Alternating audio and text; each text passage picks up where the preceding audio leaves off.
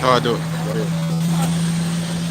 Okay, yeah, all right, we're live, we're live. All right, hey, Shalom. We want to start off by giving Kind of all like move in, praise so to we like, Yahweh, live. Bahashem, Yahweh Shai, Bahashem Rakah Kodash. Double honor to our apostles and elders of Great Millstone and Shalom.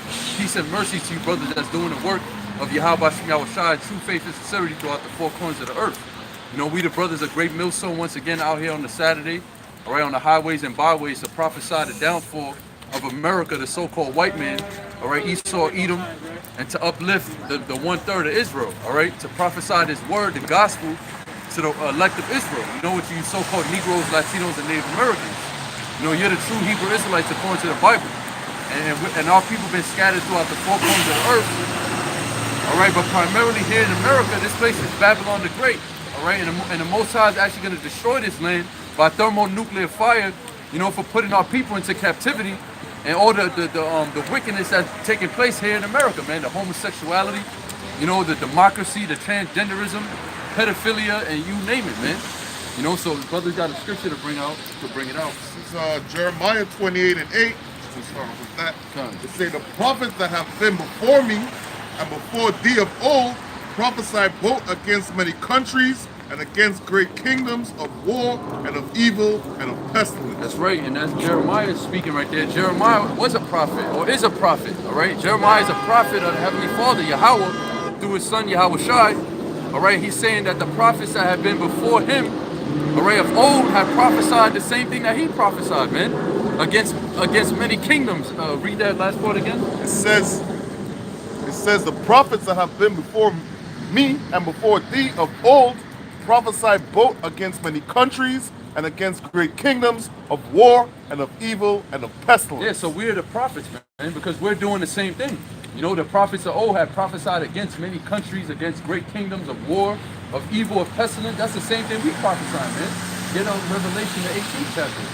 You know, because we're coming out to prophesy against Babylon the Great. Yeah. And that's the prophecies are found in the word of the Most High, right? It's not something that we just made up. It's not something that we just discovered, a conspiracy or nothing like that, man. The prophecies was written down aforetime, you know, in the Holy Scriptures. So we come out here with the Bible, prophesy against America, man. And all you other Edomite kingdoms out there too, man, because Russia's also going to be destroyed. You know, your whole power structure on the earth, Esau, is going down. You know, your NATO and the EU, which is the beast, all right, all of that is about to be destroyed, man. Yahweh Shai is on his way back, man. All right? Verse 1. Okay, Revelation, this is the top. Revelation chapter 18, verse 1. And after these things I saw another angel come down from heaven, having great power, and the earth was lightened with his glory. Yeah, man, that's when Yahweh Shai returns with the angels, you know, with the heavenly angels and what people ignorantly call UFOs. All right, the chariots according to the scripture, man. That's how the earth is going to be lightened with the glory of Yahweh Bashem Yahweh Shai, man. All right, by so-called UFOs, man, the brightness of his coming. You know, what people call UFOs, the Bible describes them as chariots or clouds. You know, that's how the Lord is coming back. Yeah, to us it's IFOs, man, because we could identify it. The so-called white man being the devil, he's the one that called it an unidentified flying object, man, to hide the true identity of what they really are, man.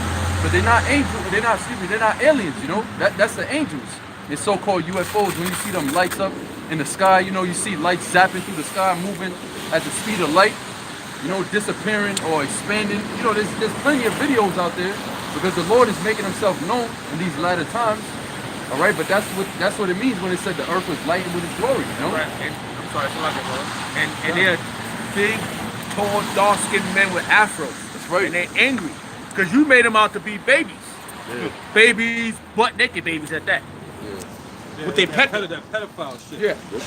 With butt-naked babies with their peckers out. Mm-hmm. All right, and there's so much evidence of you, sorry, for you trying to do things to children.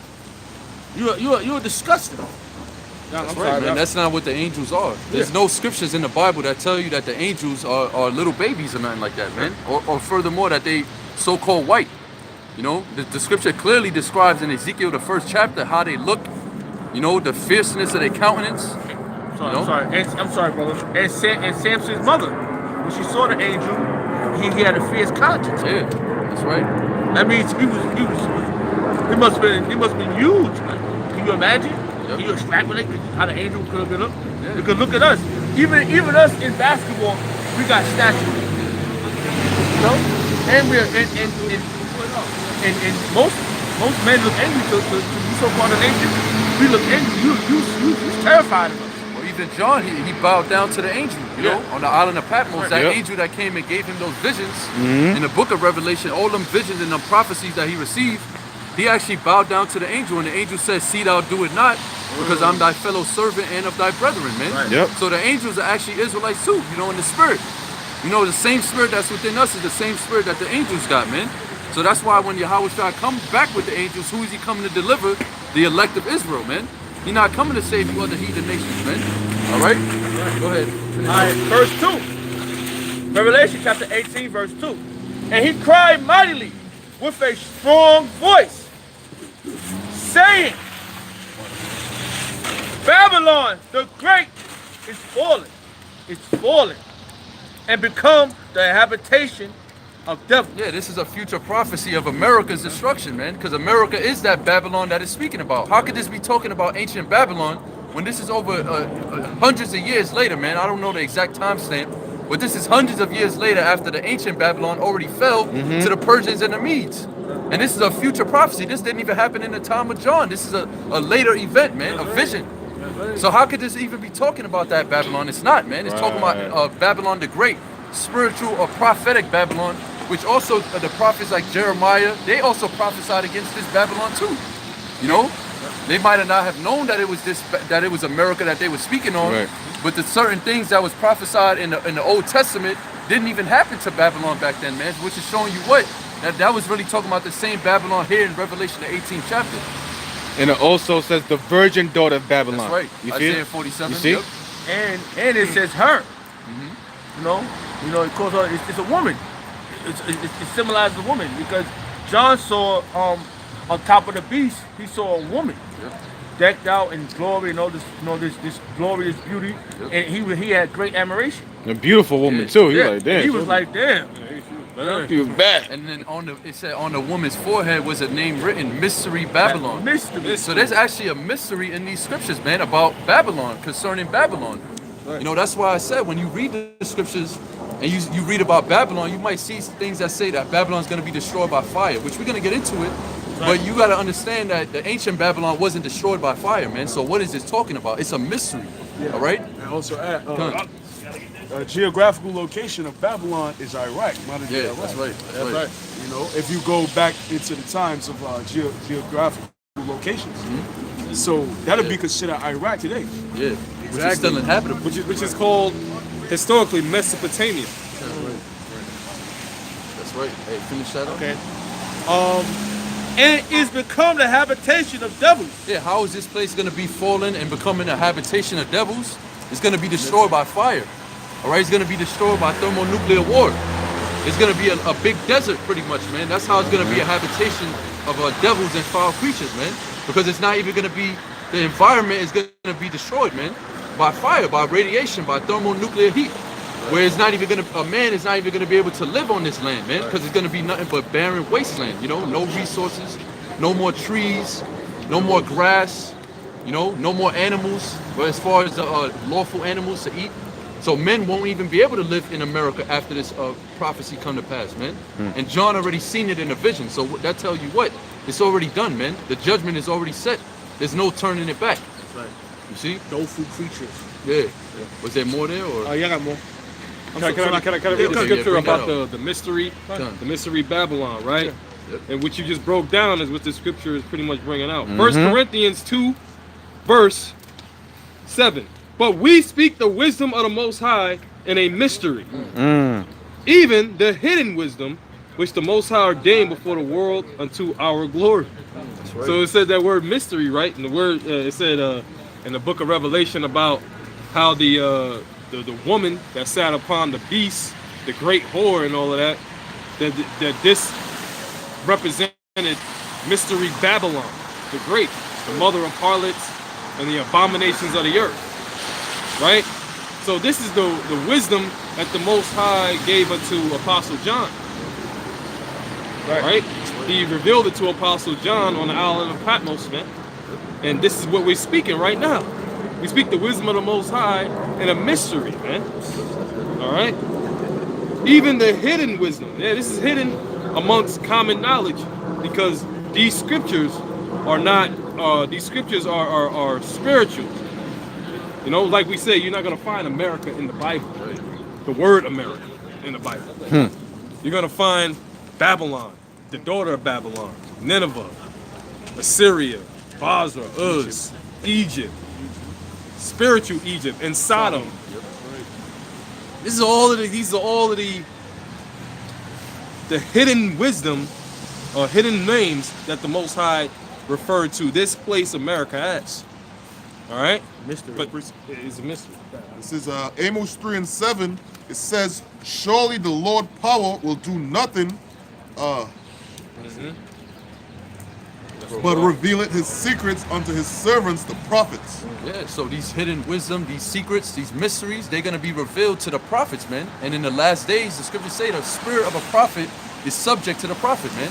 So Jeremiah is back, John is back, you know, Isaiah is back, and they out here prophesying on the highways and byways, breaking down the hidden mysteries of the scriptures, man. The things that was prophesied before time. All right, because that's how the Most High deals, man. All right, he reveals visions and prophecies to his men, his servants, the prophets, and then they go out and tell the people, man, and warn the people. And it's not for everybody. Even 2/3 of Israel is not gonna receive the truth, man. All right, on this side, they're gonna be destroyed in this destruction that we're speaking about. You know, they're not even gonna understand. It's not even a point of me telling you is mystery Babylon is America, and you just like, oh shit, I didn't know that. You're gonna just completely reject it, man. 2/3 of the nation of Israel is gonna completely reject the truth. All right, and open these scriptures up thinking they knowing what it's talking about, and they're gonna be lost, man. Because the scripture said that in Romans 11 and 7. Israel have not obtained that which he seeketh for, but the election have obtained it, and the rest were blinded. So you got 2/3 of our people here in America on the soils of Babylon the Great, and they don't even know they're in Babylon. They don't even know they're in spiritual Egypt, man. And they don't even know why this place is called Babylon the Great or Mystery Babylon and spiritual Egypt and spiritual Sodom. Because it takes on the philosophies of all these ancient kingdoms and put it into one, man. That's why this place is the great land of confusion.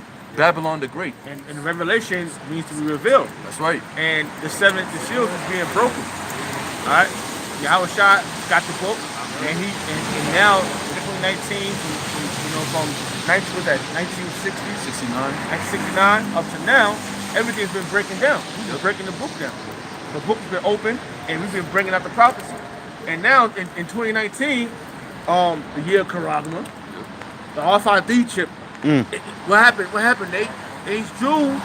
We passed that June when you was talking. We done, what year he brought that out? It was 2016. It was 2016. 2016, Now we're yeah. in 2019, and now everybody's buying and selling.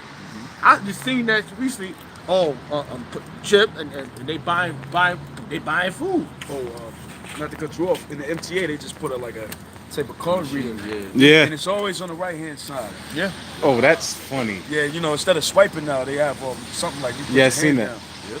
Like you know, like a chip, something like that. You know, you And can go. And this is something that was revealed to John, because it says right here in the first verse, it says after in Revelation chapter 18, the word Revelation means revealed, chapter 18 verse 1, and after those, and after those things I saw another angel.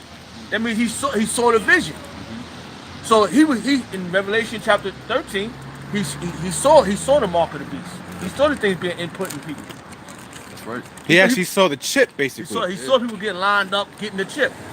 He probably saw rappers getting the chip. They didn't know what the hell they was holding. They didn't know they was rapping about He getting see the chip. all type of people. He said They saw free and yeah, bond. Free and bond. Rich and Great, poor. Yeah. Small and great. He saw all type of people taking the chip, man. And look, 2019, we are living it. He probably saw us too doing this on the highways and the byways.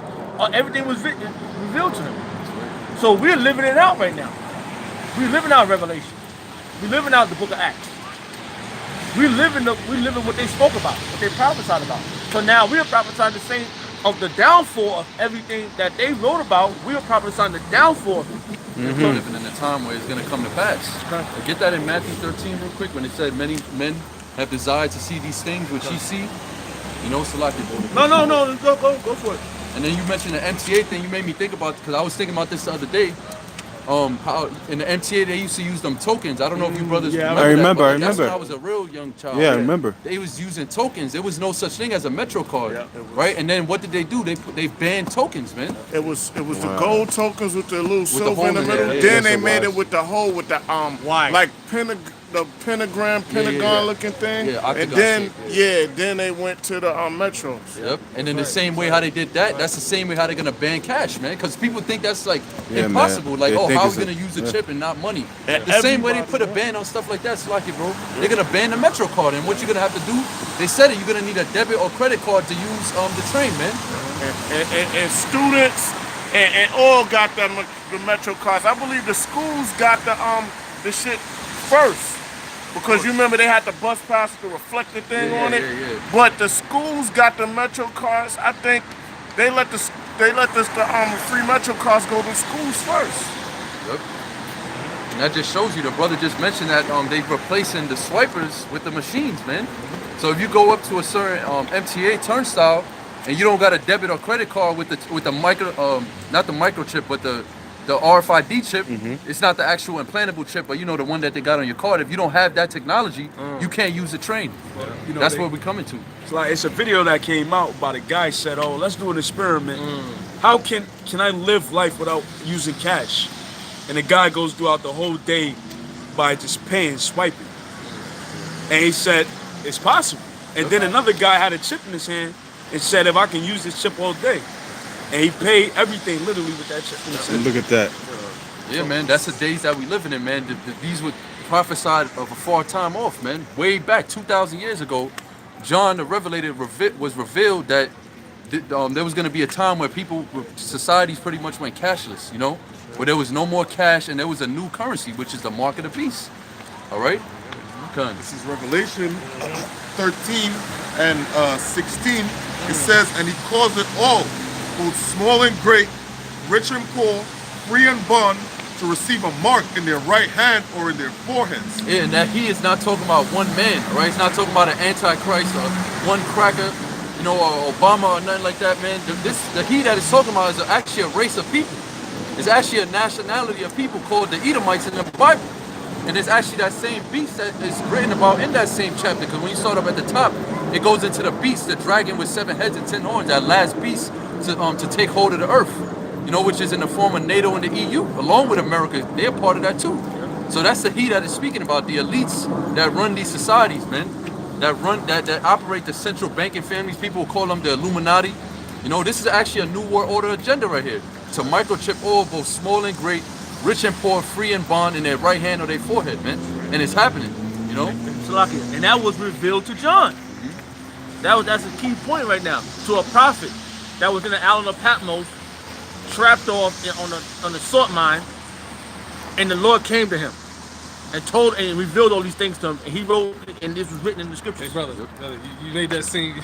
You kind of made it seem like he just ended up on an island and was I trapped. know, I'm sorry. Like He was a prisoner, he was a Castaway Tom Hanks. Yeah. Nah. you know, dudes that don't know, they like, damn. Nah, he was exiled to that land. He was banned from, you know, the society of the Roman Empire as a punishment because he believed in Yahushua. That's right. That's right. So he was sent exiled to the damn salt mines, man. All right, and fucking, you know, That's he saw- torture. yeah, that's torture, man. Yeah. And who was responsible for that was the Edomites, man. The ancient Romans at the time were Edomites. That to the brother John, man. You understand? So you know that's that. And that served a greater purpose because the rest of the disciples, which became apostles, they got put to death. Yeah, And if John would have got put to death rather than being sent to the island of Patmos, we would have never had the book of Revelation, man. Wow. You see that? So everything served a purpose to the Most High, man. That's how the Most High operates, you know? Go ahead, finish. And it verse says, 17. and that no man might buy or sell save he that had the mark or the name. So like I'm reading it wrong. It says, and that no man might buy or sell save he that had the mark or the name of the beast or the number of his name. Yeah, man. So this is gonna be a global scheme, pretty much, man. Something where everybody on the planet Earth is gonna be affected by this, man. You know, everybody in the world is gonna be affected by the mark of the beast prophecy that we're reading about. You know, and it's not only gonna just be in America. It's over there in Sweden. They pushing it first, man. They pushing it hard out there in Sweden, Pushing over it there in hard. the UK, man. They really talking about that's gonna be the first cashless society in the world, man. Completely cashless. You know what I mean? But you have different agendas like Amazon Go. You know, there's certain stores like when you go downtown, further downtown, by St. Mark's, there's a Shake Shack down there. You go in there, there's no cash register. You can't pay cash at all. Oh, for real? No cash, bro. And there's other restaurants too, other Mexican restaurants and things like that. Dos Toros. Yeah, Dos Toros, yeah. Wow, I Dos didn't even know Toros, that. fucking See, Mexican, fucking so-called Mexican restaurant out here in New York, man. Yeah. Straight up, you go to the financial district, a lot of them damn stores out there, cash, they look at you funny. They looking at it like it's slowing things up, like it's slowing process up, man, because they really want to bring this new world order, man. They really want to bring this chip, man. You know? But people, hey, man, it's going to get to a time where you're not going to be able to use cash even if you want to. It's going to be worthless because the dollar's going to crash, man.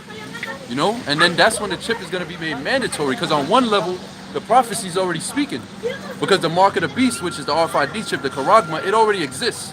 It was already brought into existence in these last days, and people are actually using it to buy and sell. But in the context of the prophecy, it's going to be actually made mandatory. All right, get Revelation 20:4. Somebody get that.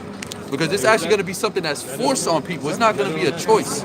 Because, you know, I noticed that when you read these articles, they pushing it like it's some type of choice, like people are just moving towards cashless. They're just moving towards it, right? They're just going towards the digital currency. Nah, man. You devils are pushing that, man. You devils are coming out with these Amazon Go stores. You know, you coming out with stores that you pretty much saying no more cash, man. It's not something that people are just naturally inclined to doing. You're causing people to take the market of beast, man. Or you will cause them to take it, which means you're going to force them to do it, man. That's what the scriptures say. Yeah. He causeth all. He causeth all. Right. Billions. There you go. This is you might as well just read Revelation 13 and 18. Because remember what the scriptures say in Corinthians, we speak wisdom of the Most High in a mystery. Now listen to this. Revelation 13 and 18. Here is wisdom. Let him that hath understanding count the number of the beast. Now, who is this beast? NATO. NATO is the North Atlantic Treaty Organization.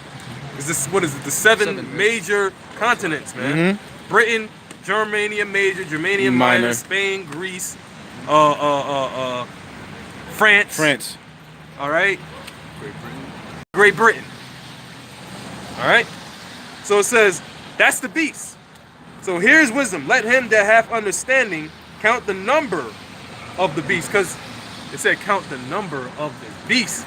Because what does this number represent? It represents the system of which transactions are made. It's called the UPC code, Universal Product Code. This is broken down by the damn founders of the damn or the creators of the microchip technology.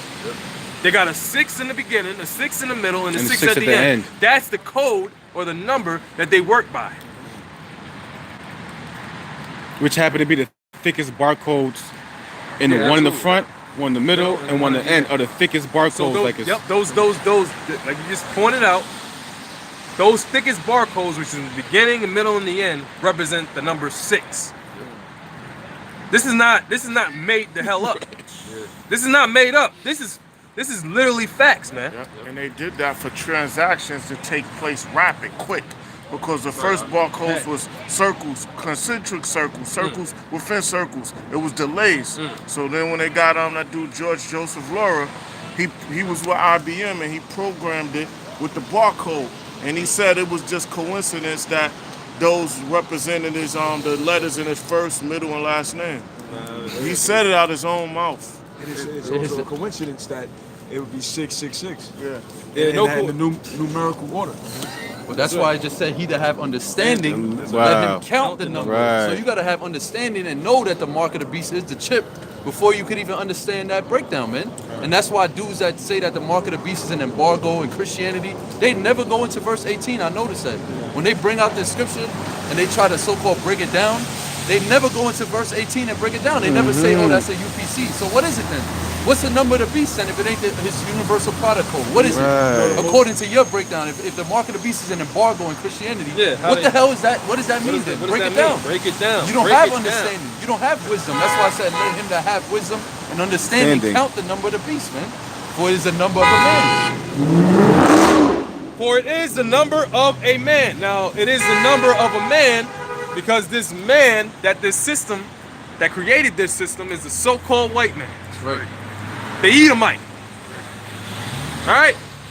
And he's, hey man, it's spiritual. There's no coincidences. It's that devil, which the so-called white man, that's something that Esau would say. It's a coincidence. Like, it just happened by chance. No, it's spiritual. Because you, Edomites, you deal on the left-hand side. Right.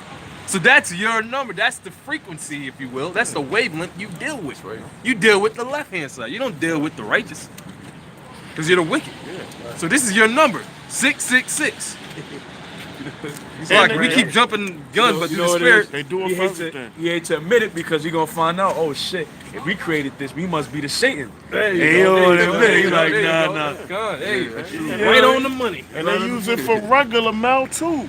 On regular, just regular, like writing a letter, sending documents. I had to send my lease in, my new lease. And basically, the thing they said when I went in the office, it scanned so fast that basically they don't even get my lease. They ain't gonna get my lease mail. They just got the fucking the outside of the envelope. That's It's crazy. just me sending a regular blank envelope, and they had That's to crazy. fix it because it moves so fast. See that shit? It says, for it is the number of a man, and his number is 600, 66. And in the Greek, it translates to Chi Xi. The Chi Xi stigma has a little breakdown to it in the Greek. Yeah. You know what I'm saying? I think it's stigma. Slack it, brother. no, go. I think it's stigma that means a mark too. It actually means like a Right. decision But and a cut. this That's it right. actually means That's it's right. string. Yeah. In the Greek, when you go into the Greek, yeah, you can get it. When you go into the Greek of Chi Xi stigma, man, it has its own breakdown to it. Further improving that what? It's dealing with a Physical mark. Physical, the water. A physical mark. Yeah, all right. In the Greek, yeah, G5516, Shai, Xi, and Stigma. It says 666, the meaning of which is the basis of much vain speculation. I'm gonna jump down to the definition, which is stigma, all right, which is another Greek word, G4742. It says a mark pricked in or branded upon the body. See? And that's in the story closed. That's it. There's nothing to talk about after that. You know what I'm saying? Hey, bro.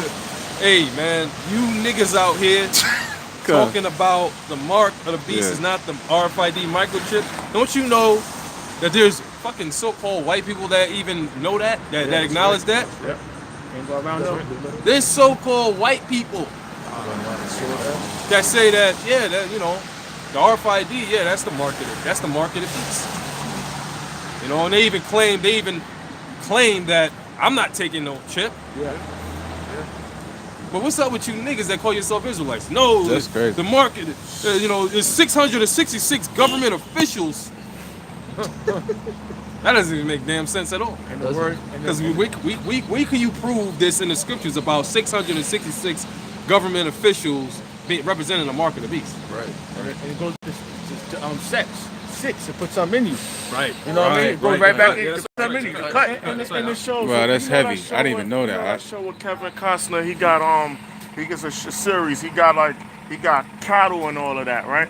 And all his animals are branded, and so is his workers are branded. What movie is that? It's a series. I forgot where it's at with Kevin Costner. He's basically he got cattle and everything, man.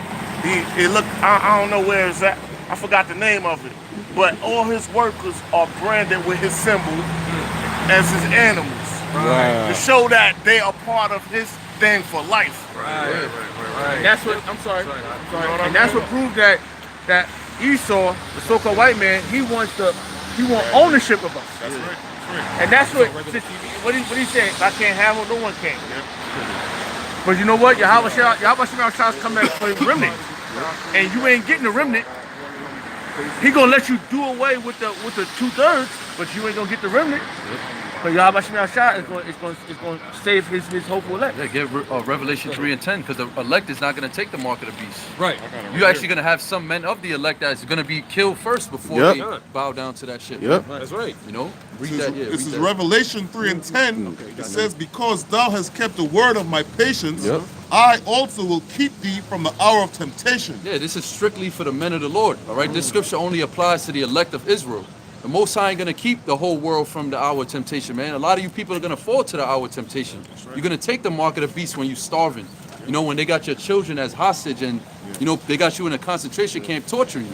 A lot of you people are gonna consent to the mark of the beast, including 2/3 of our people, man. Absolutely. All right, including Israelites that know that they're Israelites that's not teaching that the mark of the beast is a chip. Why? Because he said, because thou kept the word of my patience, that's why I will keep you from the hour of temptation. Therefore, I will keep you from the hour of temptation because you kept my word. You are the cancer not keeping the word of the Most High. Because even though that you teach that the mark of the beast is this and that, you never even go into that, man. And you few camps that do acknowledge that the mark of the beast is a chip, you never bring it out, man. You don't push it enough. You don't bring the prophecies out, man. You're always talking about something else, and you're not talking about what's actually going on in the earth, man. Because you're not keeping the Most High's word. You're not keeping the word of his patience, man. You're not pushing the prophecies like you're supposed to be. You wanted to say something? No, I was good. I forgot what I was going to say, but you just made a good point though about those other camps, because before I came over to GMS or whatever, I was trying to find my way. You know what I'm saying? And I went to a little classroom. They had a little classroom setting, and I went there for like a month, bro. And I'm sitting there. I'm like, yo, Who was this at? it's in Brooklyn. It's HODC. HODC. That's what I wanted to know. That's what I meant to say. Who was this instead of where was this at? Yeah, that's HODC. You know what I'm saying? But, Oh yeah, well hey brother, dude. yeah, Go ahead. whatever. You know what I'm saying? Want to kick you out? Nah, I left because Oh, okay, I'm okay. sitting there. I'm like, yo, this ain't It it. wasn't doing it, I'm right? like, Yeah, I'm like, okay. I'm not in school. I don't like school, man. I don't want to be sitting down taking notes. I'm like, yo, you're not talking no prophecy. No, America's about to be destroyed. Brother, that was the spirit then, brother. Hey, go out of your how about Shemel Shah, Yeah, you kind. know, leading you the right way, my brother. There was something missing. There was Yeah. something missing. That's right. And you know what was missing? The right doctrine. Yeah. You know, and getting understanding, because the pastors they lead, they tell you what the things you need to be finding out. Yeah, the 100% truth. They measure the time. You know, you gotta measure the time. You gotta look up prophecies. What is What is happening in the world? in the world, and what can the scriptures filter out? Yeah, because I'm in this class, right? But I just found out about truth, and I'm like legit worried, man. I'm like, yo, what the fuck is going on, man? Like, yo, the place is about to be destroyed. You know what I'm saying? So I'm expecting, they would have the same, you know what I'm saying? The same, oh, you gotta get on this. The world is about to be destroyed. You know what I'm saying? The Lord is coming back. But I'm just there, like I'm in school, man. I'm in the back of the class. I'm like, yeah, bro. I'm trying not to sleep. You know what I'm saying? I'm like, yo, this ain't it, man. This ain't it, man. Yeah, You know what I'm saying? if you stay there and listen to the elders, man, you be over there trembling in your boots. That's Yeah. exactly. It'd be hard to sleep. Yeah, you be scared to death. I wanted to bring this out, going back to when we was talking about shy side and stigma. Yeah. Because that word stigma is actually used in the scriptures and other verses too. You know, because when you go into that word mark in the Greek in Revelation 13, charagma, that's the only time that is used there, charagma. When you read other scriptures like Romans 16 and 17, when they say mark them that cause division, that's not the word charagma. You know, because you out there, you like to say the mark is a spiritual mark and all of that. But John used actually a different word. In that context of that scripture, he said charagma, which means an incision, an imprinted mark, right? Now, when we dealing with shy side and stigma, the 666, in the Greek, when you go into the word stigma, it's actually used here in Galatians 6 and 7, 6 and 17, which is gonna prove that it's physical. All right, this is Galatians 6:17. It says, "From henceforth let no man trouble me, for I bear in my body the marks of the Lord Yahushua." Now, the marks that Yahushua had, was it physical or was it spiritual, man? It's a physical mark. It was physical. He was actually crucified. His Yeah. actual hands and his feet was pierced, man. Yeah. He was actually marked with piercings, with those nails or those railroad Pricks. Yeah, man, that was a prick in his flesh. That was physical. Now, Paul he's not saying that he literally bears the marks in his body, but meaning what? The doctrine, knowing the truth and bearing the burden of Yahushua, man. Because Yahushua was actually crucified physically, man. What that proves that word stigma is all physical. It doesn't have to do anything with anything spiritual, man. The bodies that the marks that Yahushua had on his body was physical. It wasn't nothing spiritual. It wasn't nothing mental. It wasn't no philosophy. It was him actually getting nailed to the cross, man. So that proves that right there, man. You know, you got something? I'm gonna just, Revelation back 3 and in 10. Revelation 3 and 10, it says, because thou hast kept the word of my patience, I also will keep thee from the hour of temptation, which shall come upon all the world to try them that dwell upon the earth. Yeah, man. So this hour of the temptation that it's speaking about is when the mark of the beast is made mandatory. You know, when it's actually not going to be a choice. You know, meaning if you don't take the chip, you won't be able to buy and sell. You won't be able to drive. You won't be able to clock in and out of work. You won't be able to show up to work, man. Because what are they doing over there in Sweden? They microchipping their employees, man. Yeah. That's how they introducing this thing in the work. And then they had a big a marketing thing in Spain where Oh, yeah, I seen that. and when I looked at it and when I watched it again, they basically said that the bankers are happy and they want this to happen now. Like they're very excited. They need this to happen like soon. Yeah. So that goes back to Revelation 12 and 12 where it says the devil has but a short time because they know they got a short time, man. Yeah. You know? And they're gonna be rushing these things soon, man. They're gonna really be pushing the chip hard, man. Well, Because Shalaki, No. if we forgot, we're still in a national emergency. yeah, that's right. Oh, Donald Trump never Right. called it off That's right. because they didn't build the wall. We're in a national emergency right Yep. now. So anything can happen, anything within these couple of months. It could be a hot summer.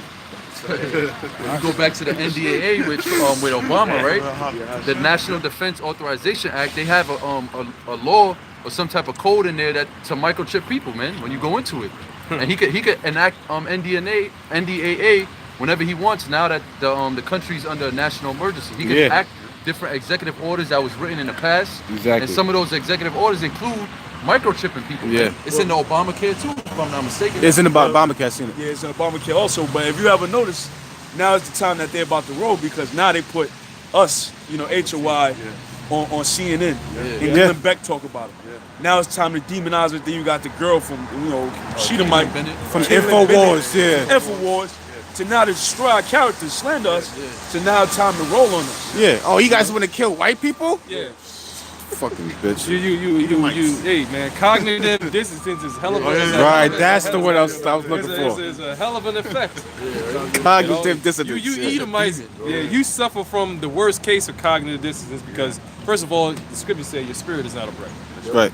So you try to justify justify your bullshit Right. by trying to pass the buck or trying to deflect off of you and try to say, well, how can you say something like that? How can look, man, the jig is up. So I got a scripture for this. Right. This is boy, you Edomites want to talk about racism, boy. the nerve. Debauchery. You know what I'm saying? You want to talk about racism, man? Wow. First Timothy 4:16. Take heed unto thyself and unto the doctrine. Continue in them, for in doing this thou shalt both save thyself and them that hear thee. Now here it is, you got Israelites talking about Zabak, for example. Oh, the mark of the beast. The mark of the beast is John 3:16. You know what I'm saying? And a plethora of bugged out doctrines that you other guys have out there, claiming to be, in the doctrine of the Lord, man. Following the doctrine of Yahushai, man. Look, man, the scriptures say, continue in them, for in doing this thou shalt both save thyself and them that hear thee. Now, that's of course those that hear you be of the elect, because they're gonna take it upon themselves in the spirit of sincerity unto Yahweh Shem Yahushai to get right, man, to the best of their ability. You know what I'm saying? Because obviously we can't save, nobody else. We can't even save ourselves. Right. But nonetheless, the doctrine is very important about the doctrine, man. The doctrine is what? The doctrine is Yahweh Shem Yahushai. What he said. All right? What he said in these scriptures. And Yahushua said it himself. He said, this doctrine is not of my own. It is of him that sent me. Mm-hmm. Hey, man. Matter of fact, go ahead. This is 2 Peter's chapter 1, verse 19. Mm-hmm. We have also a more sure word of prophecy. Yeah, we have a sure word of prophecy, man. We're not telling you that Mark of the Beast might be the chip, or we trying to figure it out. We telling you the Mark of the Beast is the chip, man. The Lord gave us his sure word and he broke it down, man. He gave it to the apostles and elders, and the apostles and elders broke it down for us brothers, man. So it's not about a debate. You know, we're not out here, oh, well, let's have a debate if the Mark of the Beast is the chip. We don't have to debate. We have the sure word of prophecy. You niggas don't, man. All right, you have the unsure word of prophecy. You know, you going into this book and you can't break it down, man. Because it's going to say that no prophecy of the scriptures is of any private interpretation, Right. man. So that means the Most High just didn't give it to you. That's all it means. It doesn't mean you have an understanding, we have our understanding. No, Nah. there's only one understanding. That's right. There's only one truth. Right. And that's what we have. And the scriptures say that. The scriptures say it's only one faith, That's one it. hope, One baptism. one One baptism. baptism. Ephesians 4 verse 4. That's right. And that's supposed to be a milk scripture. You supposed to, you know what I'm saying? You're supposed to know that. And then 1 Corinthians 1 and 10. That's a milk scripture. Mm-hmm. My brethren, you know, what does it say? I can't remember off the top. Let me Have get the it. divisions amongst Yeah, let me The just get it divisions because, amongst, you know. amongst yourselves. Oh, 1 and 10? Spirit. It's just It good. says, this is 1 Corinthians 1 and 10. 1 Corinthians 1 and 10. It says, now I beseech you, brethren, by the name of our Lord Yahweh Shai HaMashiach, By the name. There it goes again. The Back. name. Yeah, that's See, because you got guys out there talking about Jesus Christ. right. Christ. Most High Christ. All of that garbage, man. Oh, Ahaya. Yeah. Ashar Yahaya. Right. No, nigga, you a liar. You ain't got it. You ain't got it. But you know what? You know what, man? The scripture just said, he beseech you, brethren, by the name of Yahweh Shai. Wow. By the name. And That's I got heavy, another man. scripture on the importance of the name. Go ahead. it says, now I beseech you, brethren, by the name of our Lord Yahweh Shai HaMashiach, that ye all speak the same thing, The same and thing. that there be no divisions among you, but that ye be perfectly joined together in the same mind and in the same judgment. Come on, man. That's the one doctrine. The one doctrine, it can't be refuted. See, that's the thing about it. See, you niggas, I'm gonna just say it like it is. You niggas think that this is a alphabet camp type of thing, man. What the hell are you doing? Seriously. Right. What do you think you're dealing with here? We're not dealing with alphabet letters, man. You know what I'm saying? HODC and see, and these guys pretty much they fulfill what Apostle Paul said way back when, man. Said, are you not carnal? One says I'm of Paul, another one says I'm of Apollos. Right. Apollos. You know what I'm saying? Did Paul go on the cross for you? Did Apollos go on? It's about Yahweh Shai. It's about literally truly believing in the doctrine that Yahweh Shai taught. But I just wanted to make this point because this is the kind of spirit, this is the kind of thing that these other guys are coming up with. GMS says they got 100% truth. How dare them niggas? No, man, we talking about the scriptures got 100% truth, and Yahweh Shemel Shai revealed it unto our apostles and our elders. That's right. And that's just the truth, man. And we teaching the doctrine as it ought to be taught. Because why? We want to be saved. I don't know about you niggas. I don't know about you guys, but that's the thing. You guys are not doing this sincerely, man. All right? It said one preach of Yahweh Shai for envy and strife. For Bro. debate. So they go out there, you know, they got the garments on, they got their Bibles and all of that, but they're not teaching it for the same reason that we teaching it for, man. And it shows. You know, Yeah, it shows. vainglory. Yeah, they want vainglory. You know, they just want to seem like they the best Israelite group. Like Nate, you know, he put that glorious garment on so they could look like the most, you know, prestigious Israelites, man. It's not about that, man. It's about what is the truth and what is gonna save your soul, man. Exactly. What should you do and what should you not do to be saved? Because if you don't know that the mark of the beast is the chip and you take it, you automatically not being saved. You're done. There's no repentance for that. So that's a very important prophecy, man. For people to just act like, you know, to just dismiss nonchalant. it. Yeah, like it's crazy. Whatever. That's your salvation on the line right there, man. Let him finish this up real quick, though. I feel like it, verse 19, yeah. First, 2 Peter chapter 1, verse 19. We have also a more sure word of prophecy. Whereunto ye do well that ye take heed. See? So you men out there of the nation of Israel, you Israelite men, you would do well if you take heed unto the words of prophecy that we speaking, man. You know, that's why the scripture that the elder brought out in Timothy, it said, you take heed to thyself, that you could save yourself and those that hear you. Because those that hear us, that take heed onto what we're saying, you could be saved by that, man. Just off of that alone, man. Just off of saying, you know what, yeah, I do believe the mark of the beast is the chip. I ain't gonna take it.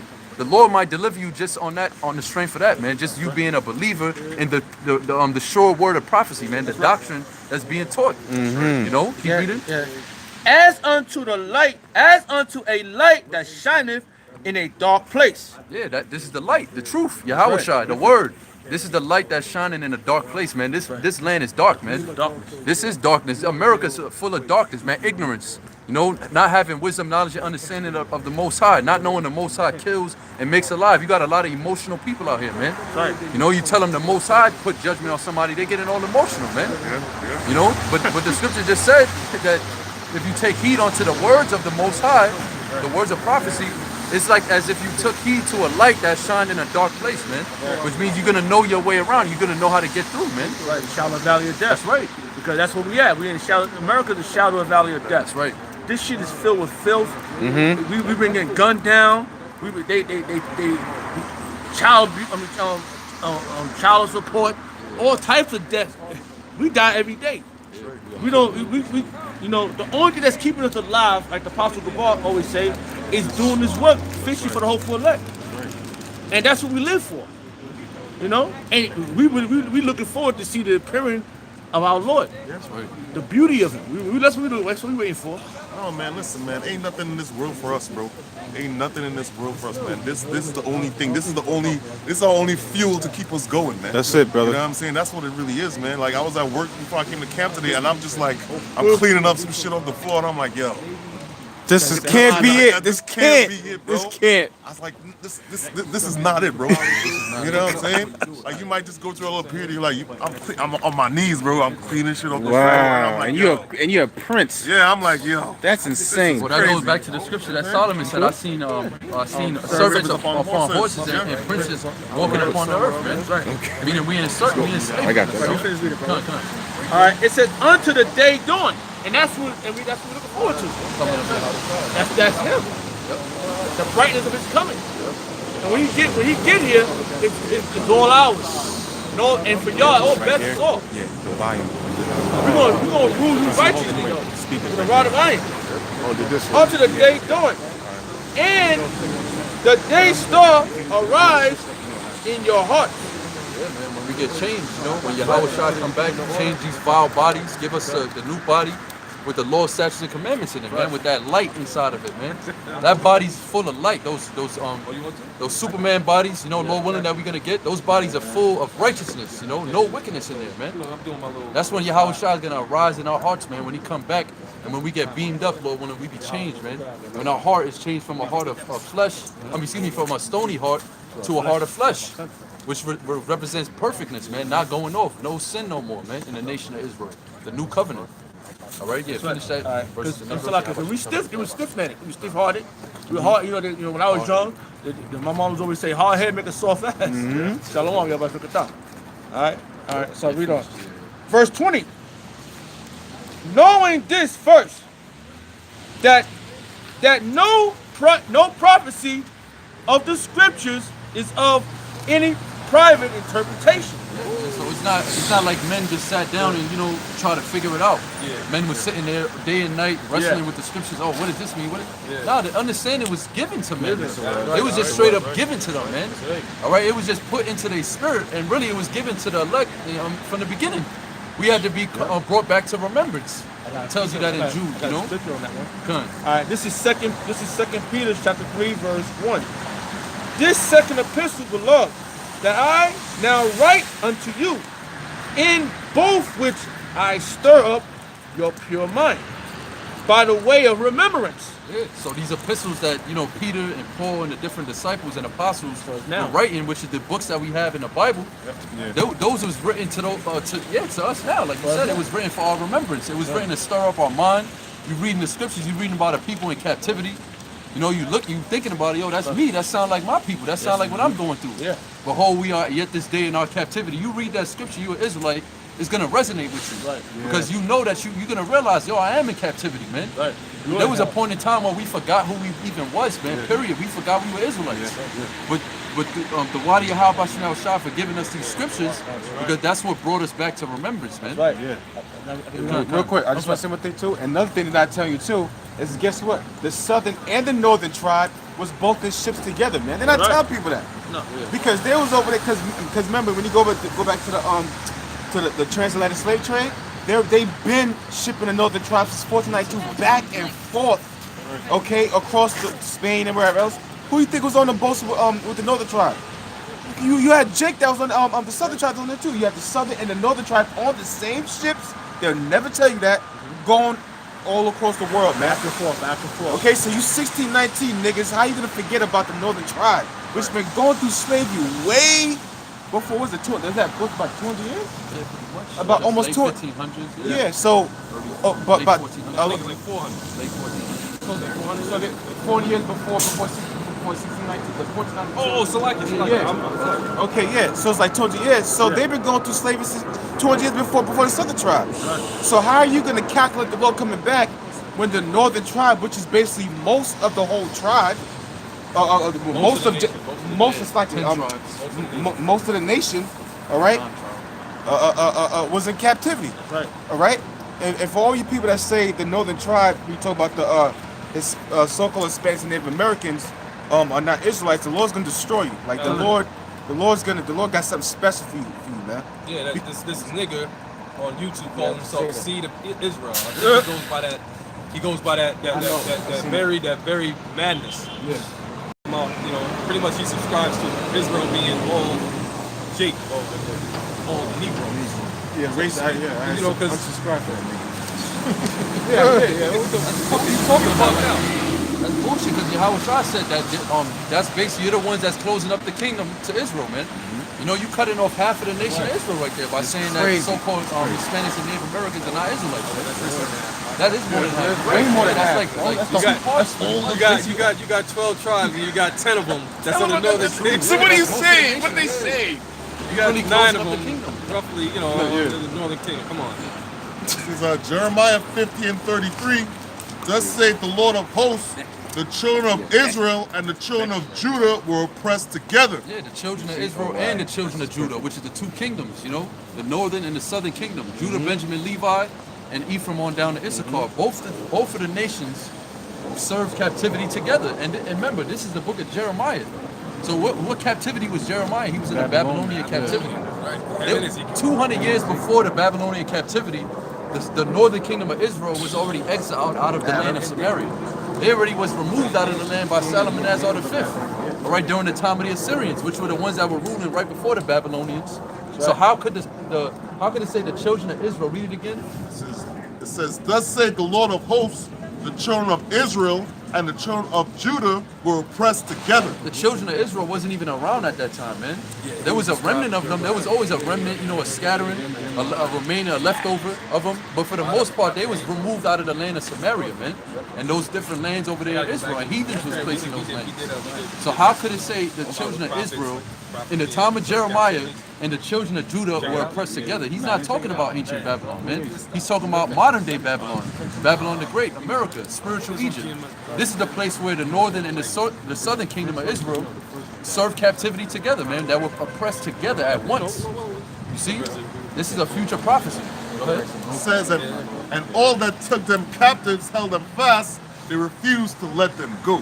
Yeah, and there's no historical documents anywhere in the world that shows that the northern kingdom and the southern kingdom of Israel served captivity together after Egypt, after ancient Egypt. There's no documentation of that, man. Anywhere. You can't find it because it didn't happen. It happened over here in America, in the West, you know, in Babylon the Great. That's where it happened. So we do have the Spirit bear witness with our spirit. This is the witness, the scriptures, man. This is the documentation that shows that we are the children of Israel, man. There's more there, or that's it? That's it. Can I finish it up? Done. All right. And this is 2 Peter chapter 3, verse 2.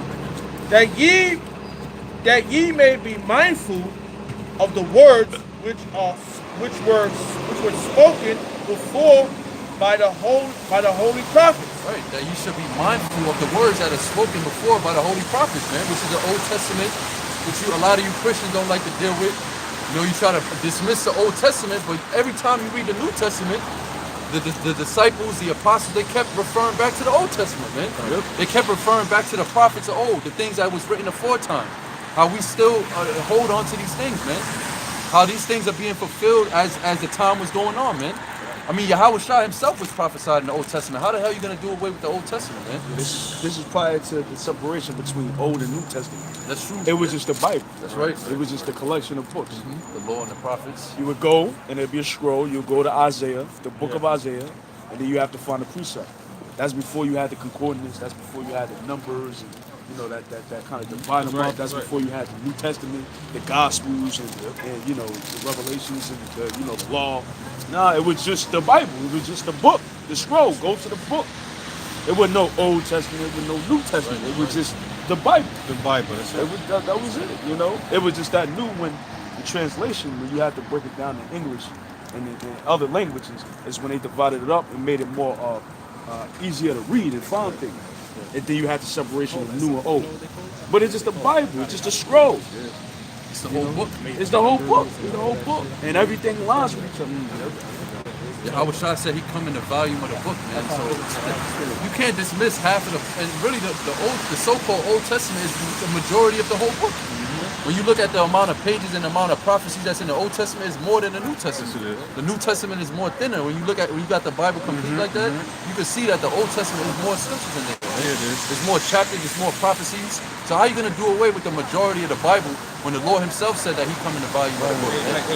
That's right. And here it is. You got prophecies in the Old Testament, including the Apocrypha, Right? that hasn't even came to pass. So how are you going to do away with that? You know? Yeah, prophecies like the kingdom. You know, how are you going to do away with Isaiah, the 60th chapter, man? That hasn't even been fulfilled yet. Why would it be done away with if it hasn't even come to pass yet, man? Why would it ever have been written if it was just going to be done away before it come to pass, man? That don't make no sense. Finish reading that, bro? Read us. I got something for you real quick. Okay, yeah, bring that out there. This is Hosea 1:10. Yet the number of the children of Israel shall be as the sand of the sea. Yeah, that was the blessing that was given to Abraham, Isaac, and Jacob. You know, the forefathers of the Israelites, being as the sand of the sea, which means what? Very populous, you know? Having the biggest population on the planet Earth, being as the sand of the sea, which means you can't even number the children of Israel, man. There's so many of us on this planet Earth that you can't even take a census of every Israelite on the earth, man. You can't do that. And that goes back to the blessing that was given to Abraham, man. That he would make his seed as the stars of heaven, as the sand of the sea, which cannot be measured or numbered. So that blessing is upon us, man. You could clearly see, man, so-called Negroes, Latinos, and Native Americans are the most fertile people on the earth, man. You can clearly see that, man. You don't even gotta think, man. Issachar. Yeah, especially here. Issachar, The whole northern kingdom, really. Really, all the northern kingdom. Yeah, man, really the whole northern kingdom. All of the tribes. Yeah, all of the tribes. All of the tribes. All of the tribes. They won't be ready to receive seed. Yeah, for real, bro. Just spit them seeds out. They spit the seed. That's why you in, might, you know, put it in the soil. Even the time when we was in Egypt. Right. In Egypt. And them babies was popping out. Hey, and the complaint amongst the Egyptians was, yo, these people are outpopulating us. Yeah. We gotta That's what bring they down scared their of. numbers. Yeah. Just like it's a complaint in America. Oh, it's too many of these immigrants here. You know, they outpopulating us. And even back then, they knew the Our deal birth rates are low. That's how you know this is Egypt. Even back then, they knew the deal with men. They knew it was about men. Kill the boys. Yeah, they want all the boys killed. Yeah. Why? Because they carry the They're doing the same. They're doing the same shit here in America, man. That's why you got all this GMO, Planned Parenthood. So imagine if they didn't have all of that. Yeah, Imagine if they didn't have all these ways to minimize our population. Imagine how many more of us there would be if you didn't have 350 million of our babies getting aborted every year, bro. Imagine that would be 350 million more Israelites every year being born in America, man. That's how many numbers they take, man, every year. The so-called so-called black woman and Hispanic woman together, 350 million, and that's probably being generous, really. You wanted to say something, Doc? No, now you could tell you could tell Jake is waking up because you got people that's like 65 years old, like, yo, everything is corrupted, the food, the air, everything is poison. Now, you got dumb people talking about the Rothschilds and shit. Everybody's waking up, man. I was at a bar like last week, bro, and I'm talking to the Jake behind the bar. You know, I'm just talking, and yo, Jake is not really with this shit that's going on, bro. All these trannies and these homosexuals, and yo, Jake, he's not with it, bro. He's not with. They trying to force it down your throat. You know what I'm saying? But in your spirit, like, yo, man, all people not really with that shit, bro. You know what I'm saying? The women are somebody with that shit, bro. But like most of the men, a lot of men, they don't fuck with that shit at all, bro. Because it's in our spirits, like, And that's part of the depopulation program. Homosexuality, like you said. If you pop in another man in a rectum, how could you bring life out of that? And that's how they dwindle our numbers. Like your brother said, man. Yo, if our population was to grow, it'd be an all-out war. Just on sheer numbers alone. Be a win everywhere you turn to be us. It's literally right there. One more thing, bro. I used to live in Pennsylvania, you know. These Edomites, bro, they complaint was like, this was their complaint.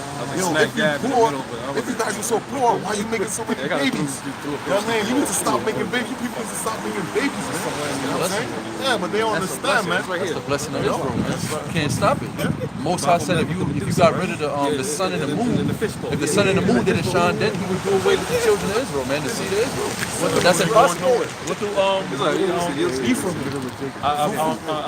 Apiram? I say Aparium. Aparium. Yeah, fruitful. Now fruitful. Yeah.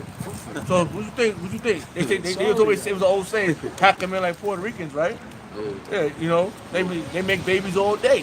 They love this shit, man. Hey, it's one thing our nation love to do when we stressed out. Sex, man. Drink and have sex. Because it releases certain dopamines to relax you. Okay, it builds bonds and relationships. It gives you release from stress. You know, sex gives release from stress. Yes, it did.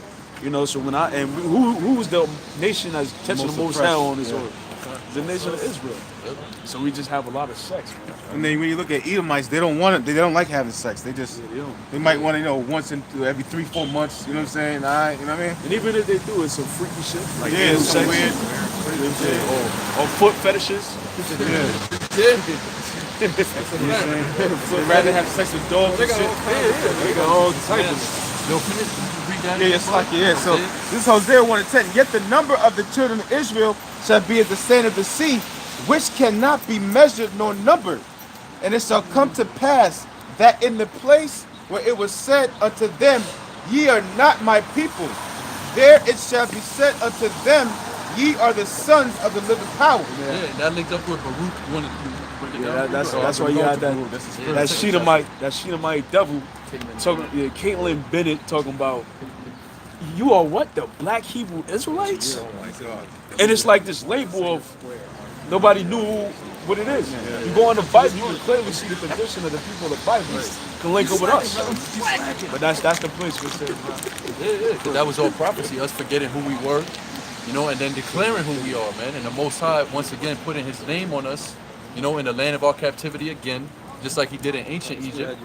You know what I mean? And the people, they don't want to accept it, man. Especially Esau. If he accepts that we the Israelites, that means he has to accept his downfall. He has to accept his judgment, If Esau acknowledged the fact that we're the Israelites, which the elites know, but these everyday Edomites, they would have to fucking leave America, man. Yeah. They would get away from that. Right. Ain't no way you'd be able to run. Yeah, but I'm saying, no, not running. They would have to pay back everything they've done to us, man. Which that's not enough to pay back. But I'm just saying, when Apostle Tahar, he was bringing out the whole reparations thing. He said, if you want to give reparations to Gad, you got to leave. You got to leave America. You got to give them back the land. Because reparation means to repair. You see what I'm saying? So Esau, he's never going to accept the fact, or he's never going to tell you that you're an Israelite. All right? Because this is the land where it was told unto us, you are not the people of the Most High, man. Oh, wow. But this is in the same land that is being told to us, we are the people of the Most High. Wow. And who we being told that by? Our own people. It ain't by the so-called white man. He ain't going to tell you that. Right. These other nations ain't going to tell you that. It's going to be your own people, the apostles, the elders, your own people of your own kindred that's going to tell you that you're an Israelite, man. Wow. Whether you accept it or not. Yeah, I was watching Adam Abbott You know, but you know, you take certain things. You know, you shoot a meat, you spit the bones, and yeah, the Edomite come up like, oh yeah, I've been watching you guys. I know you're the true people of God. But where's the love? Where's the love? Where's the love? Ain't no love for you. This is Galatians 6 and 7, speaking about love, it says, be not deceived, the Most High is not mocked, for whatsoever a man soweth, that shall he also reap. That's payback. Nah, you got it. That's payback. That's what's coming. Payback. Payback. You know what I'm saying? Everything you've done to us, we're gonna do to you double. Except all that homosexual act bullshit you do. That buck breaking, we ain't gonna do none of that. But we're gonna take the finest of your women and make them all bed witches. You never answer your comment? And the daughters of Zion ain't gonna have nothing to say about it. Nope. Polygamy is coming back in a major way. Yes. And they're gonna be happy with it because we're gonna blow their back out. They're gonna need rest. But not even that. It's also we're gonna have service. You're gonna have to work for us. Yeah. You know, what's her name? Yeah, Caitlin Bennett. Caitlin Bennett gonna be for the bedwin. She's gonna be in the mind. Nah, she gonna be in much. She'll be in my bedroom. I fuck with her. Especially the one next to her. Yeah. She was like, the brunette. That was alright. Put her. She gonna be the better woman. They're gonna be in the mind. Keep it. We out of here. And how, you know, when it said that whatsoever man soweth shall he reap, you know, you sow wickedness, you sowed iniquity, but you're gonna reap justice. You know, you're gonna reap revenge, so to speak. Basically, what we're gonna give you is gonna be a righteous payback. You know, it's not gonna be doing wickedness onto you, but you gotta pay for the things that you've done, man. So you raped our woman, but we're not gonna rape your woman. You know what we're gonna do? We're gonna take your daughters. We're gonna take your virgin daughters. You see what I'm saying? We're not gonna be raping your woman. We're not gonna commit adultery with your wife. That was wicked, man. That's wicked. But how we gonna pay you back is we're gonna be taking your daughters. You're gonna be bringing your daughters onto us, man. You're not gonna have no joy of your daughters in the kingdom. All them beautiful Edomite little girls and shit, you know, that come out 10, 12 years old, whatever, you know, we're gonna be claiming that shit. Like, that's mine. That's mine. We gonna take that little bitch. Hey man, I gotta come raw, man. Part of my rawness. We're gonna take them little bitches and throw them in the goddamn harem. Wait till they nice and right. Throw that bitch head first in the goddamn harem. You think he's gonna be all sweet for these damn Edomite concubines? Yeah, concubine bitches. Yo, man, these Edomites fucked us over, man. In slavery, you know, you watch numerous movies. And one movie that sticks out to me is Rosewood, man. Oh, man. What was that whole situation of Rosewood all about? Now, mind you, Rosewood is dealing with Judah and Reuben, because down there in Florida, Rosewood, Florida, it was dealing with Jake that was accepted, that was with Reuben. Yeah. All right, Judah and Reuben. All right, and they had a community down there in Rosewood, Florida. Now, what happened?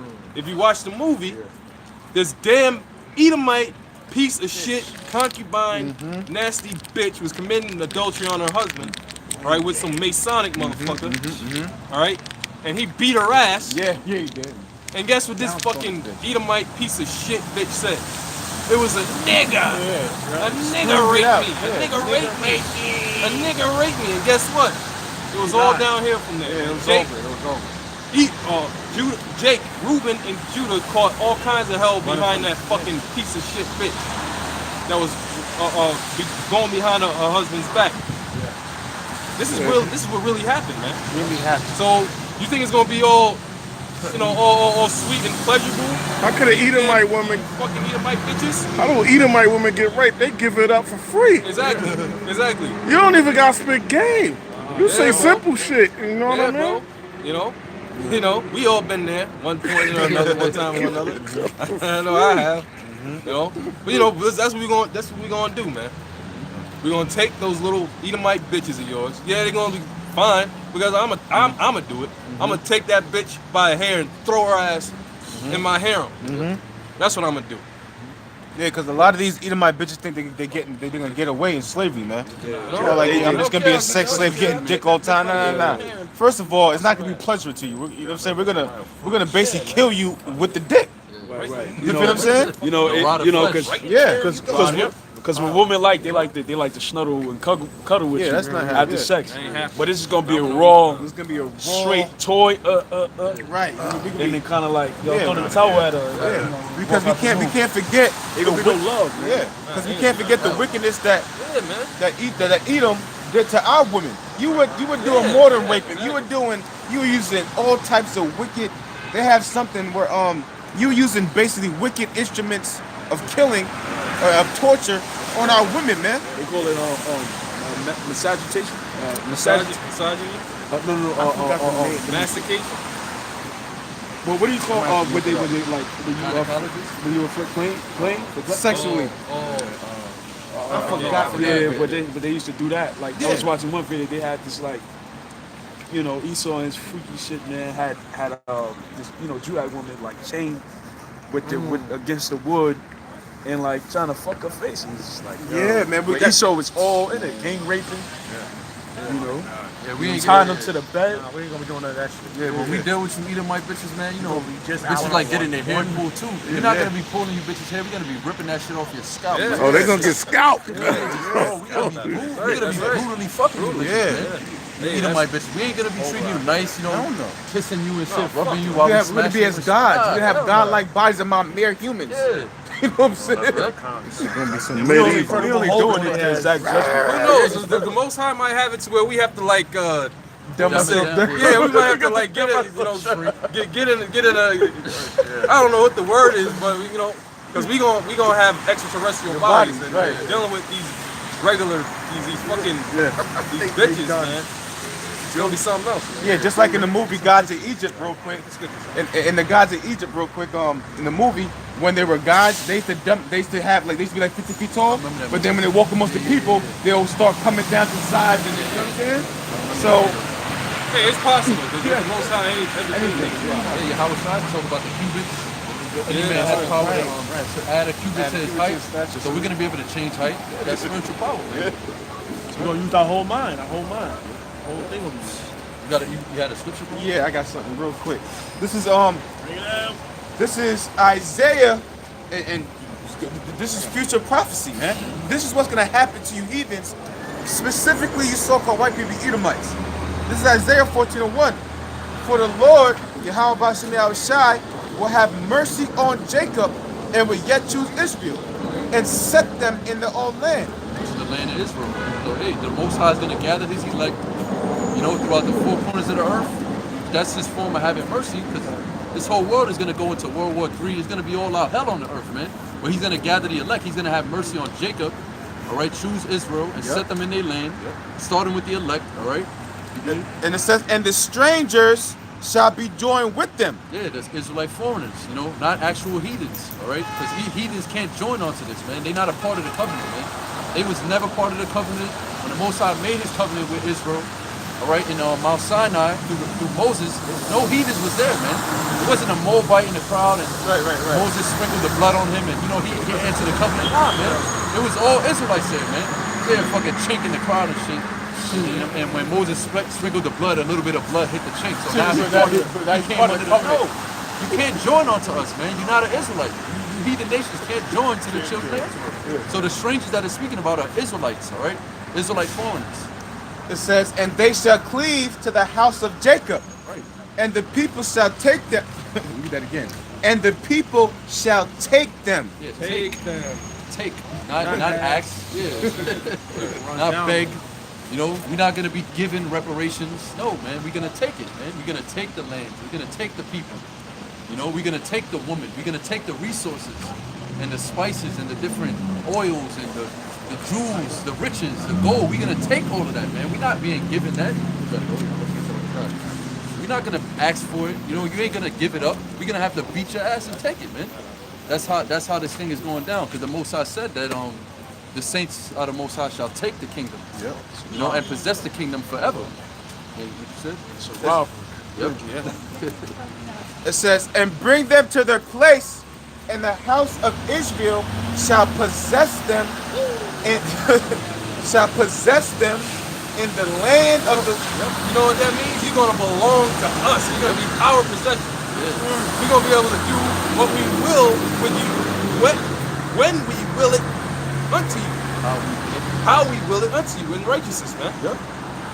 Go ahead, brother. Wait, I wanted to say something too. It said they're gonna take them and bring them to their land. So, you know, all these heathens, they want to be a part of the covenant. You know, they want salvation. Oh, what do you mean we can't be in the kingdom? Well, hey, you are gonna be in the kingdom. You are gonna be in the You are kingdom. gonna be in the kingdom. It said we're gonna take you and possess you. And it said we're gonna bring you into the land. We're gonna bring you to our land, but you're not gonna be there dwelling in the land. You're not coming into our land to dwell amongst us. You're coming in our land to work for us. You're coming into our land to be hired as laborers. You see what I'm saying? Not even hired, because you're not gonna get paid. Exactly. They're gonna get paid for building up the kingdom. That's you. While you building up the kingdom, you paying us back. That's crazy. You in debt to us. We don't gotta pay Con. shit to you. We don't gotta give you labor. You know what I mean? Hire for your work. Yeah, you know what Bubble Eyes paying said? us back for what You you know did. what Bubble Eyes from GLCC said? This one, I was like, yo, I'm out of here. Let me brace myself, brother. This dude, this Bubble Eyes said that Edomites are gonna be clocking in and clocking out. Yeah, he did say that garbage. Nah. He really said that. Yeah. He said they're gonna be clocking. He's like, oh, we're not gonna be doing what you guys are doing. We're gonna be righteous. You guys gonna be clocking in and clocking out. Esau has us clocking in and clocking out right now. that's- And how are you giving unto him double as the scripture That's what I'm say? saying. Where's the double on that? And that, Ain't gonna be no labor laws in the kingdom. and that's why he's. Right. unions, No right. labor And the workforce. judge they fight for your hours and shit. And that's why he's plagued with Graves' disease. If you look it out, it look like your eyes popping out of the socket. Yeah, It's it called does. Yeah, Graves' disease. Right. You're like, hey, in this kingdom, it's against the law to work 7 days straight. Yeah. Not in the kingdom, man. Or to do a certain amount of hours without getting a 30-minute or hour break. That's illegal too. Not in the kingdom. Yeah, They're gonna give yeah. you breaks in between. But you're gonna work all day till the sun comes up. 12-hour shift. Yeah, it reads, it says, and the people shall take them and bring them to the place, and the house of Israel shall possess them in the land of the Lord for servants and handmaids. So, I was watching, what's that cartoon with the Boondocks? And the dude with the afro? Yeah, you know, I don't know. I don't see where it says clock in, clock out. That's what I'm saying. It's clear. It says for They servants. say we gonna hire them, you know, Yeah, do they job say- interviews and shit. Yeah. Thou shalt hire an Edomite. He doesn't say that. What's a handmaid? A young woman. Yeah, A a slave young woman, Yeah, a slave, a A young young woman. What do you slave think we're gonna be woman. doing with that young slave woman? We be popping them. not only that, you're gonna tell them to get the water, Get the water, fixed, get this, the wine get for that. Get the wine for the priest Yazayan, please, because he's thirsty. Hurry up. Yeah, Hurry up, and it's please. gonna be our wives. This is our guest. Yeah, it's gonna be our wives telling the handmaids. Yeah, like you better go get this. You better. I You know don't know what what I'm saying? I don't know what movie that was, but you had a whole bunch of Shedemites sitting down, and you had the, the Judite woman, she over here like pouring a drink for him, and she walk in, Yeah. knock on the door, walk in, yeah. and she's like, yeah, he's fucking nigger, he's nigger bitch or something like that. It's just like stupid.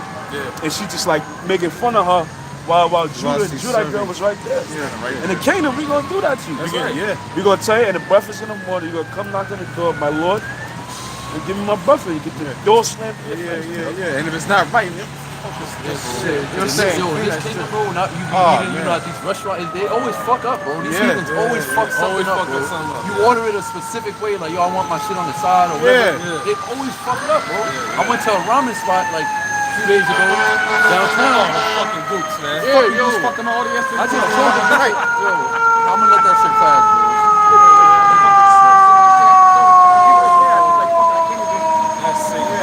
Fuck it, man. You don't have this. Bro, I ordered a spicy miso, right? You know, which is basically like beef, spicy ramen. Yeah. And I told the bitch I don't want my corn in the ramen. I want it on the side.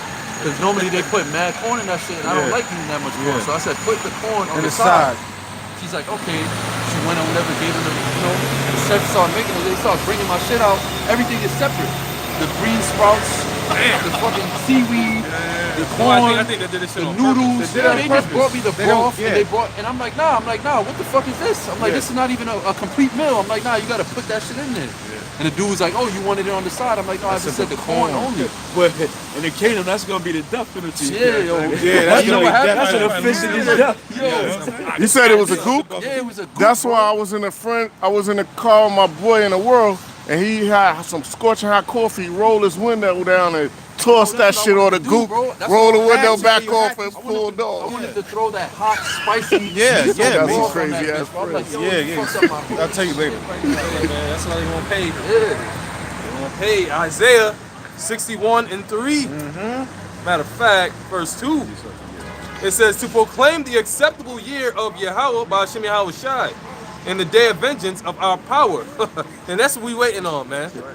We waiting on the day of vengeance of Yahweh by Hashem Yahweh Shai.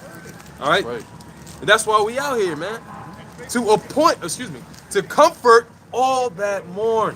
When you're in captivity, are you happy and, having a good old time? Right. Come on, man. Now here we are under our enemies, man. We're under the Edomites, the damn wicked, man. And the scriptures say that what? The scriptures say Let me know when you're ready. that the tender mercies of the wicked are cruel, bro. Right? The scriptures say the tender mercies of the wicked are cruel. Yeah. You see?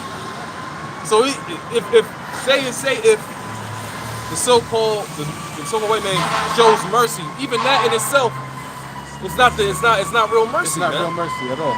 It's not real mercy. So we're mourning. We're in mourning. All right, as a people, as a nation. But see, 2/3 niggas don't want to get the fuck up out of here. That's great. Verse 3. To appoint unto them that mourn in Zion, to give unto them beauty for ashes. Woo! The oil of joy for mourning. The oil of joy, brother. The oil of joy. We can't even. Yeah, you can't even fathom can't this, fathom man. that, man. Hey, man, it said the oil, and that's what the kingdom is. That's what the kingdom is going to be. The oil of joy for mourning. The garment of praise for the spirit of heaviness. The garment of praise, yo, for the spirit of heaviness.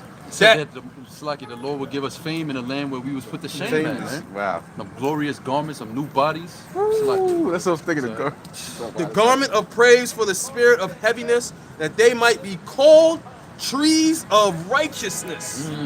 The planting of Yahweh by Hashem Yahweh Shai, that he might be glorified, and that they shall build the old wastes. Who's the day that's going to build the old wastes? The slaves, the servants, the servants. Ezekiel, 38th right, chapter. And that they shall build the old wastes. They shall raise up the former desolations. Because why? The Lord is going to bring us back into our land. And after the Lord blows that place to smithereens and cleans that place up with the fire, hey, the Most High, see, that shows you the power of the Heavenly Father, man. Yeah, for real, man. Because he's going to leave this bitch to be uninhabited. But the land of Israel, oh man, that right there in itself, don't you know that's an actual miracle? Yeah, right. That's a literal miracle, bro.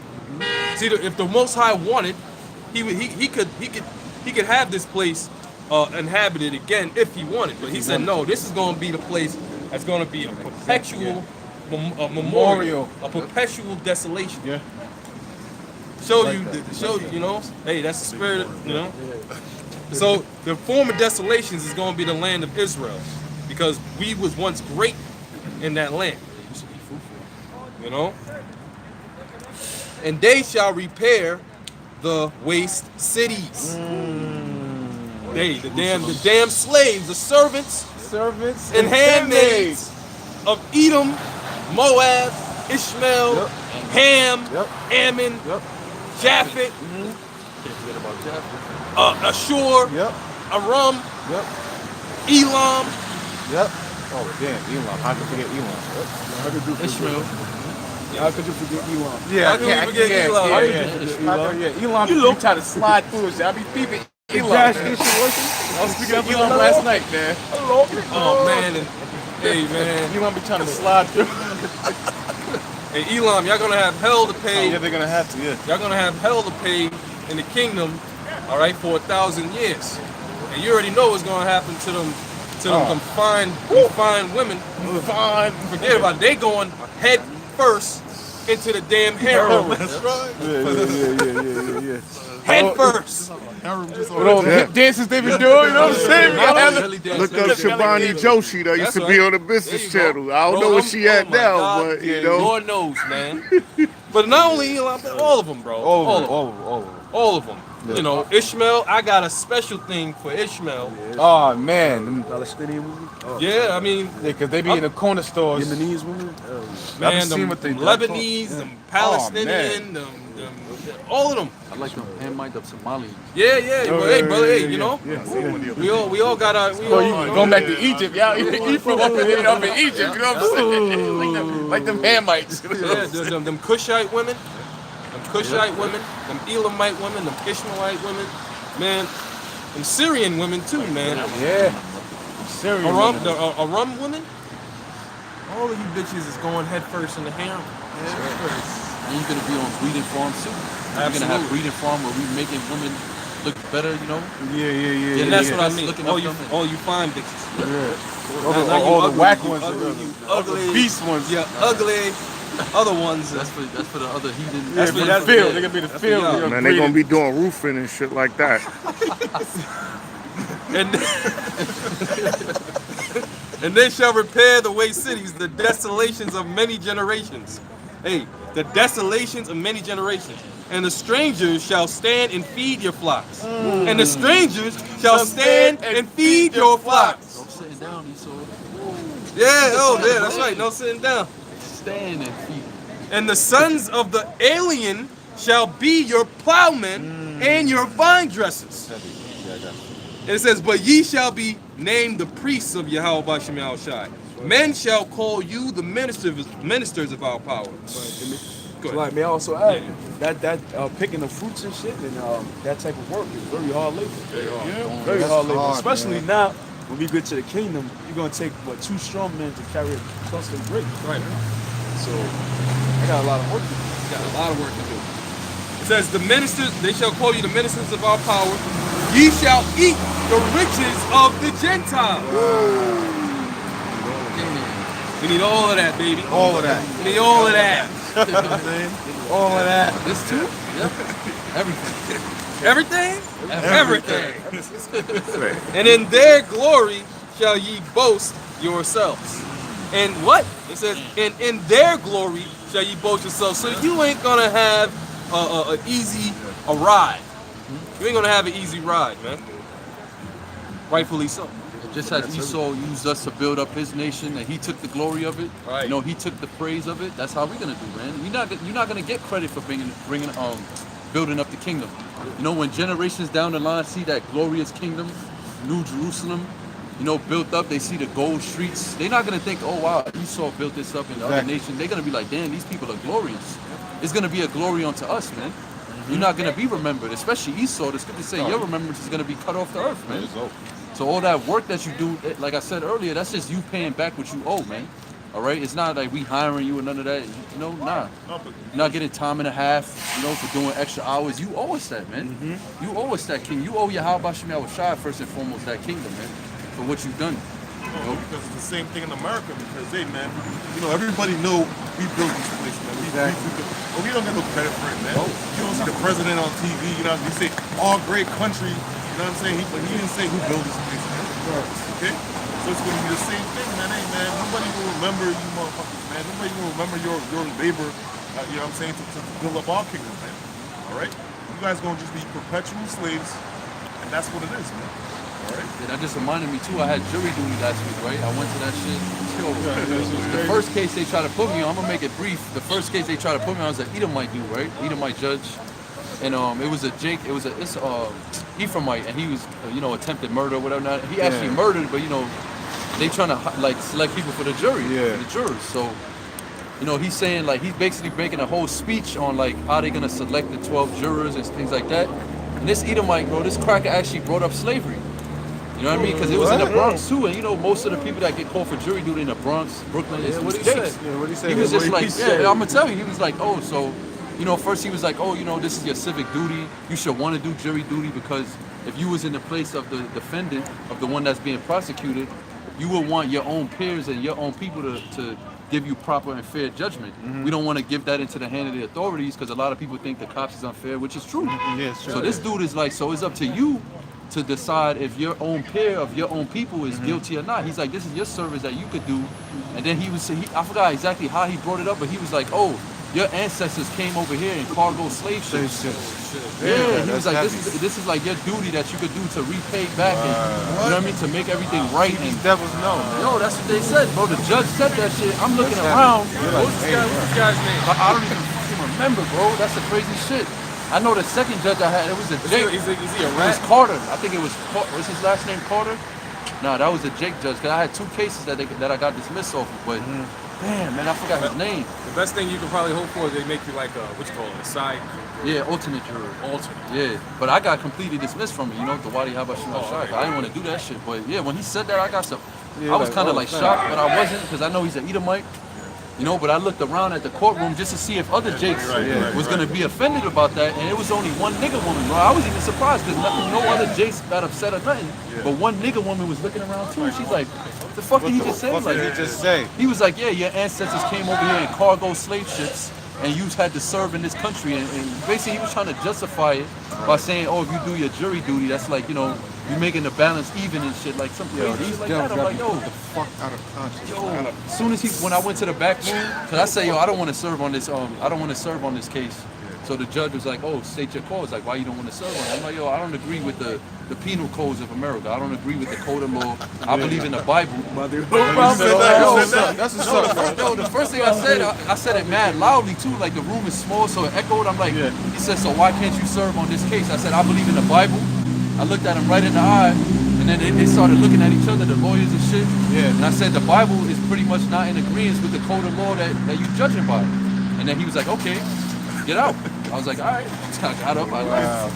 You know what I'm saying? Fucking proud, Yeah, devil. bro. Not Yeah. knowing that you are the judge of OM. He knows. They don't even know he was amongst the judge. And I'm telling them, like, yo, your laws is not in accordance with the Bible. Because, you know, when you go into the courtroom, what does it say? In God we trust Thank on God, the back, yeah, man. it's a blasphemy. Yeah. And then when you do, like, the research on it, the so-called founding fathers that made these penal codes and amendments to the Constitution, they all so-called said that they was basing it off the Mosaic law, which is the Torah. That's fucking bullshit, man. hella bullshit. That's hella bullshit. That's hella. Because now they got penal codes on hate crimes. They got penal codes on hate crimes or what? Against homosexuals, calling them a faggot. You could get fined for that. You know what I mean? So I'm like, yo, I don't agree with this code of law in this country, so I don't want to serve on this case. Right. They was just like, all right, get out. Like he was tight, but you know what can you do? Yeah. You know what I mean? I don't believe in it. So how you gonna put me on the Yeah, because he was just another nigga that he was like, oh, get this nigga out of here. That's Go ahead. This is Habakkuk 1 verse 4. I start at 3. Why dost thou shew me iniquity, and cause me to behold grievance? For spoiling and violence are before me, and there are that raise up strife and contention. Right. Therefore the law is slack, and judgment doth never go forth. Yeah, especially here in America, man. The judgment of the Bible doesn't never go forth. The judgment of the Bible says you're supposed to kill a homosexual, man. A man lie down with mankind as he lied with a woman, you're supposed to put him to death, man. Same thing with a woman. If a woman lied down with another woman, you're supposed to put her to death, man. Both of them. So this country doesn't uphold the law of the Bible. This country is not about justice and judgment. And that's what they try to say, bro. In the courtroom, it's like the judge is trying to brainwash you, like, yeah, this is a system of justice and equity, and we want to give everybody a fair shake. Like, this ain't no fucking fair shake. Most of the people in this courtroom right now is just Israelites, man. And both of the cases that they put me on, the first being a murder case, and the second one was a domestic violence case. Both of them Israelites, man. One Southern Kingdom, and the other one Northern Kingdom. Of course, that's I'm like, how the fuck I'm gonna prosecute my own people in a kingdom where we don't even get no fair justice here, man? No fair judgment. How the hell I'm gonna judge this case? I can't judge this shit. Right. Esau classified a killing, but you don't even go into detail on how the kill was. Right. Did he go up and just shoot the guy for no reason? Right. Or was he defending his home? That's right. Because Esau give you 15 to life for shooting a gun off like that Judite chick. She shot a gun off in her garage and got 20 years. Yeah, because in New Jersey, there's no such thing as self-defense. So it doesn't matter if somebody's coming to kill you. It doesn't matter if somebody's trying to kill your family. If you killed the person that's trying to kill your family, you're going to jail. You know, so Let me finish And if you- Therefore the law is slack, the judgment doth never go forth. For the wicked doth compass about the righteous. Therefore warns judgment proceedeth. yeah, because you can see how the wicked compass upon the righteous, and how do you do? You see by their enforcers, and their enforcers are all these police, man. These police officers don't get no judgment for what they've done to the children of Israel. Okay, if anything, they get benefits and they get perks. for shooting down a Israelite, man. All right. Yeah, well, it's like I wanted to say too that going back to what the scripture the brother read, that judgment does never go forth. There's laws in the Bible of adultery. A man having sex with another man's woman. That's a sin punishable by death. But here in America, there's literally no penal code or no type of law against a man popping another man's woman. You could go into another man's house where he lives, he at work or whatever, you pop his woman, you get caught, you don't even get arrested for that. There's not even a fine or a ticket for that. There's not even a summons for that. You don't gotta go to court. You don't get written up. Nothing. No type. It's not even a crime in this society, man. But according to the Most High, that's so bad of a crime that you get to put to death for that, man. Yeah, that shows you how backward this society is, man. And it's not based on the laws of the Bible, man. It's not established on righteousness. This is Isaiah 10:1. It says, "Woe unto them that decree unrighteous decrees and write grievousness which they have prescribed." Yeah, and when I was sitting in that assembly room, the jury assembly room, I was so vexed that when they told us to go on lunch, they said be back at 2. It's like lunch from like 12:20 to 2 o'clock. I did a video on that scripture. I just walked outside. I started walking around. I was just so vexed, man. Because I'm in this big ass building, they making you swear on God and shit. Yeah, that's all jurors rise, they make you put your hand up. Oh, you swear to tell the truth and nothing but the truth, so help you God. Say yes. I'm like, yo, this shit is wicked, man. On your scriptures. Yeah, because you're not even following what the scriptures say. So why would you make me swear on a book that you're not adhering to? You see what I'm saying? The scriptures say don't swear on the Bible anyways, man. And basically, if I don't get those letters and I don't show up, I could get locked up for that, right? Yeah. Because I be dismissing them shits. I'm going to go on a record and say I dismissed them shits. But you catch me if you can, or catch me when you can, or whatever, They don't there's no grounds that they could really fine you or anything, because the main thing with the jury duty notice is that it's a legal documentation. It got your name on it and all that, and it already got your date of birth and everything. Like, it's all your information, but they can't prove that you ever received it. You see what I'm saying? Right. They could have sent it to your old where you used to live, address, or it could have got lost in the mail. So they don't really arrest people and fine people for not doing the jury duty, because there's no way for them to prove for a fact that you received the letter. Because if you never got the notice with your name on it that said, if you never seen it, there's no crime. You're not in trouble for that. But with my shit, they kept sending me it. They was like, yo, final notice if you don't come. My I shit was said like, previously must attend. Yep, same thing with mine. But the water get how much shot, I did this shit and I was pretty much the alternate juror and shit. And the spirit just had it to where, I was using wisdom. I ain't really want to, you know what I'm saying? Yeah. The spirit was on you to take that route, but I just sat back. It was like, whatever, and analyze the case, and see what the fuck is going on. And bro, pretty much the spirit had it to where I was alternate juror, so I didn't have to even, be involved in the damn making the decision. You know what I'm saying? Yep. Pretty much the spirit, that just had to be an experience that I had to take in and really, consider. Like, yo, this shit is crazy. This world is truly, truly wicked, man.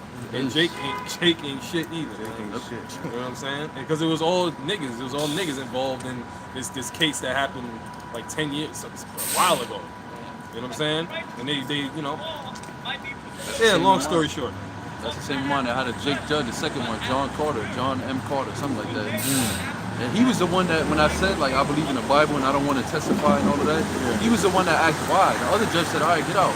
He was the one that was like, oh, what? Like, why? What do you mean?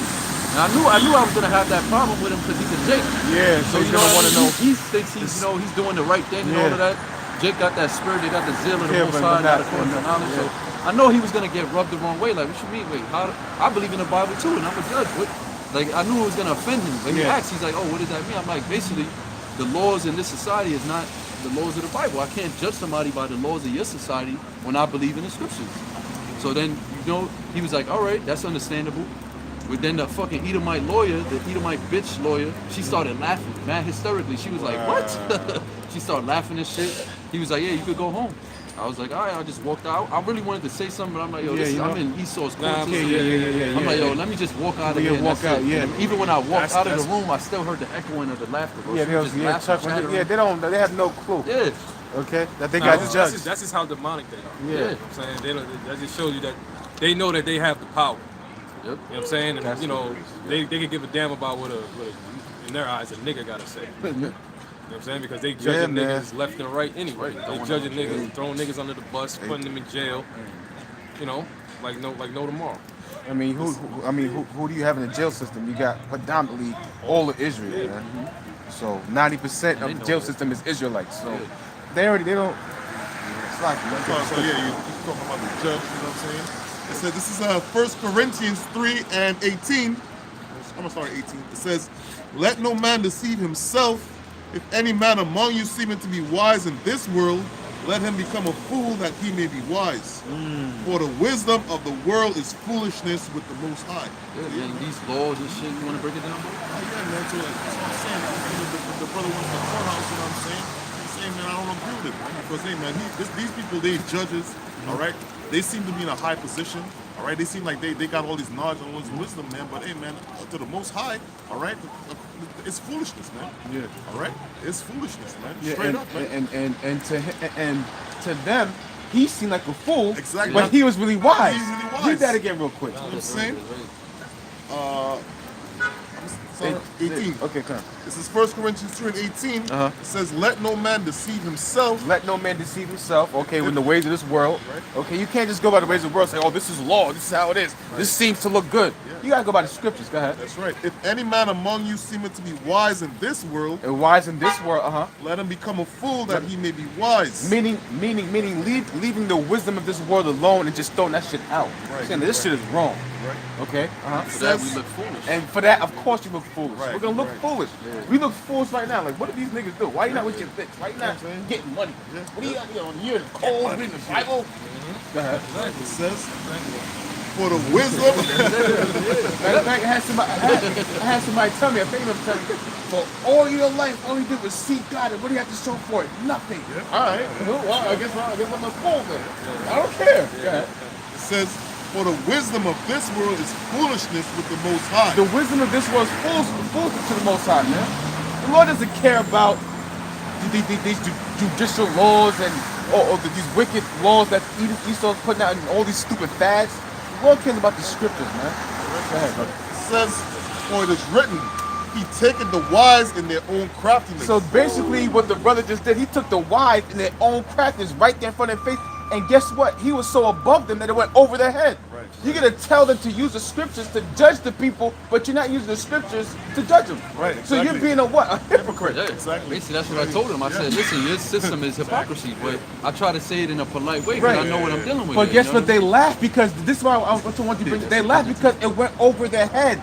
People laugh because they don't know. You know what? There's two things that people don't know what the fuck you're talking about. They go like this, and yeah. Or they just laugh because he went so above your head that you just chuckled and laughed. You didn't know what the fuck he was talking about.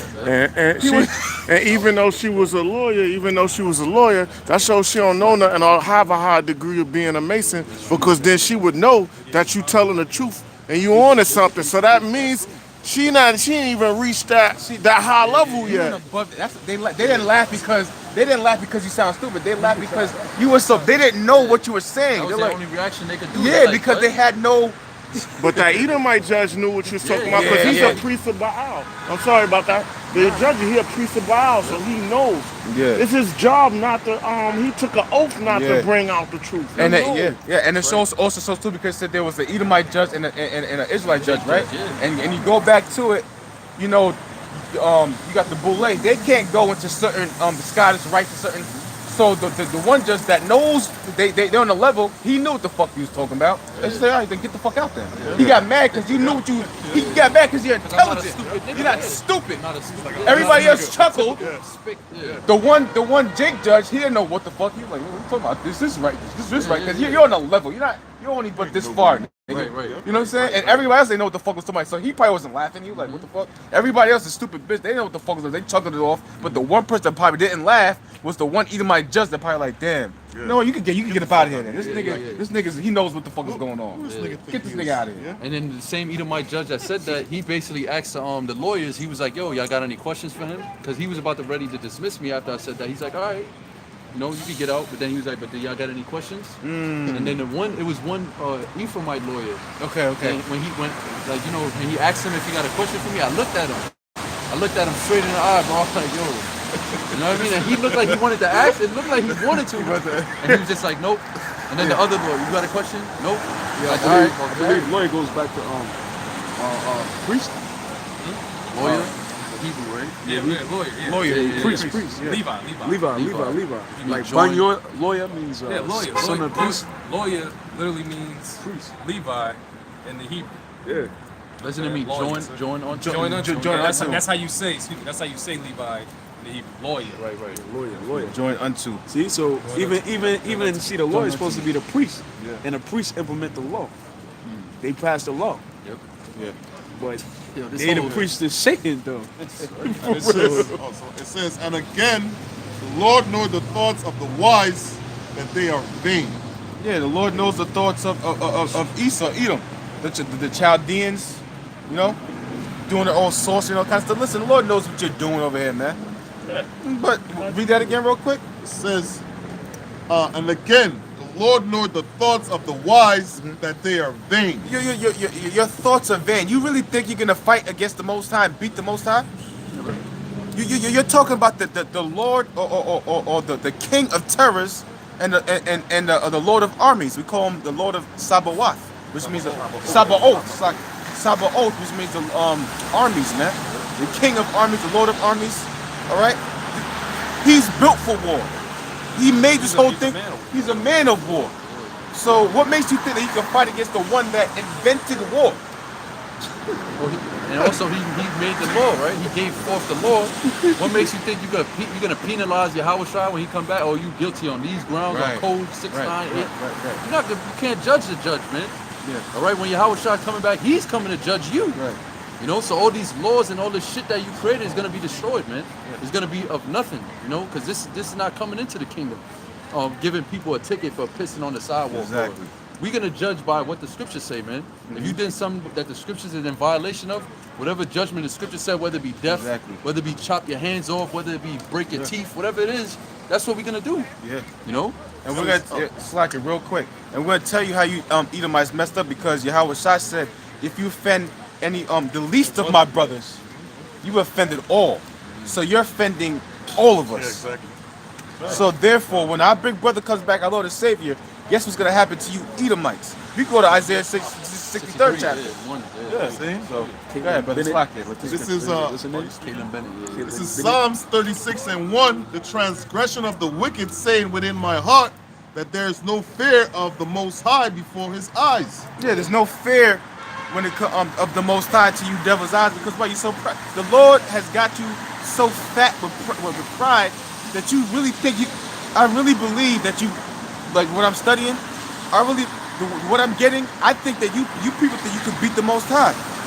I mean, I can't understand it, but I believe the Lord gave you some type of technology that you really think you can beat the Most High. But if the Lord has you what's the word? The Lord has you in not deranged, but the Lord has you in derision. The Lord has you in derision, man. Okay, because the Lord's setting you up just to bring you down. Same thing He did to Pharaoh in Egypt. Okay, He hardened Pharaoh's heart just so he can make an example, and his name could go throughout the whole earth. It's the same thing the Lord's gonna do this time, because everybody on the face of the planet is scared of Esau, man. Nobody wants to come against Esau. Nobody wants to try Esau. You got them Iran. The only reason why they're brave a little bit is because they got other Edomites on their back. But if they had them other Edomites, they'd be scared to death. And that goes back to that technology that the Most High gave Esau. That's how he put fear in these nations. You know, it said he made fire come from heaven. Yeah. You know, he made fire. He performed miracles on the earth with his technology. Yeah, going back to the atomic bomb, man. Yep. Going back to big boy and little boy, little boy. Going back to Hiroshima, Nagasaki. That put fear in the nations, man. So they got to a point where they like, yeah, we can't fuck with Esau. Yeah, man. But when Yahweh Shai comes back, he's gonna show a different type of technology. The chariots, you know, so-called UFOs, a technology that this world never seen. And that's gonna put the so-called white man's technology to look like a block of Legos, man. It's gonna look like a plaything, like something like a kid plays with, man. That's how he's gonna dismantle this man's kingdom. And then that's gonna have the world fear him. You know? True Thanos. Right, yeah, the true Thanos. Yeah, the Thanos. righteous Thanos. Yeah, for real. It says, for he flattereth himself in his own eyes until his iniquity be found to be hateful. Yeah, because you flatter yourself in your own eyes by via what? Your technology, which is basically the main thing. Your technology and your army. All right. You have your army and you have the technologies. You have certain things that you're working on, and you really think that what? That your technology, which you have this AI intelligence, artificial intelligence, that's above you. So now you're damn near worshiping that, and you think that technology that you have right there is gonna conquer everything, and you're gonna be, given supreme, reign supreme. But that's not gonna happen, man. Okay, because the Lord put the spirit on you to make those AI computers, which is they call them quantum computers or D-Wave. All right, which you're actually using D-Wave because we already know what it is. Listen, the Lord the Lord's exposing devils. You made quantum computer or D-Wave so you can ask them how can we fight against this power that's coming upon us? Different type of ways to fight, different calculations of how do we fight against this power or these beings or the angels of the Lord. And you're not gonna listen. D-Wave is gonna disappoint you, man. Going back to what Satan and his angels fought against Michael and his angels, and they prevailed not. They're not gonna prevail, man. With your AI intelligence, hey, we know what you're doing, man. All right, we know that you created an AI intelligence because you know you can't comprehend the fight against the Lord, so you had to make another intelligence that's beyond you, which is dangerous, which the Lord's gonna make that backfire against you. And then that AI technology, they can't even control it. They can't. they can't even control you seen it? it. Okay, Yeah, you seen it? Okay, yeah, still They right. can't They even can't control it. Yeah, That's it. They They made can't. the algorithms, and now it's just Yeah, pretty much it's just- running on it its has own. on his mind of his own now. You done fucked up. They can't get out of this realm. They even get to the moon. The moon ain't even that far away because my fucking camera is 100 times zoom and I can see craters. Yeah, I seen that camera you got. You know what I mean? Look, it ain't even that far. It's not They're even that far, lying, and they're man. lying about this shit. And I was gonna bring, because you mentioned that quantum thing or whatever. Yeah, quantum computer, yeah. They have the study of like spirits and stuff. They call it quantum physics. Yeah, That's when quantum they try to physics, understand that's it. what's going on beyond the naked eye, so to speak, Yeah. beyond a physical Quantum world. physics, yeah. You know, the things that we can't see. Yeah. So Esau is trying to understand how the spiritual world works and all Yeah. of that. So why, like the brother's saying, so he could fight against the Lord, man. Yeah. But all of that, they might understand it, but you can't do nothing about it. They can't. You might understand that a person got a spirit in them, but you can't recreate a spirit. You can't kill a spirit. Esau don't know how to do They that. don't even know how to do that. So you just wait. You're not on any level. You might say not on any level, really. The Most High just allowing you to see it and behold it, and that's it. That's as far as you're gonna get. And you know, to add on to what y'all brothers saying, is get Romans the 9th chapter about the vessel created for destruction, because You want me to the way the Most High set up Esau is he's a vessel created for destruction. Therefore, everything that he does, all right, and that he attains the knowledge to do is to really destroy it, to break you down. Now, one thing that is adding land backing on what the brothers is going into, and we get the scripture on it. Yeah. All right, how the so-called white man is doing these things. All right, on his level is he wants to break down your body. So he learns everything about your body, anything about how your body works, how your physiology works, your brain works, and synchronization with all of your body. You know what I'm saying? You know all of that. And they got something called it's something called your circadian rhythm. Circadian rhythm. What that is, that deals with your brain and how pretty much the Most High set your body to work in tandem with your spirit. Bullshit. There's Babylon. Like clockwork. Never fucking fails. But so-called white man, what he's doing, he's learned everything about your body, and how your spirit works with your body. It's called your circadian rhythm. And that deals, like I said, it deals with your physiology, pretty much how your brain works and controls emotions and all kinds of things, man. And what that does is he wants to tap into that. So what does he do? He learns about your body and certain foods that is good for your body that build your body up. What's he doing? He's doing the GMOs. He's doing the water. He's doing the barium oxide. Yeah. He's doing all of these things to what? Break us down first. Molecular. Wow. Physically, Dang. to where when he tries to bring his spiritual wickedness bullshit, that is gonna be like nothing to take over. Be duped into. You know what I'm saying? But the Most High is not allowing that to happen with his elect.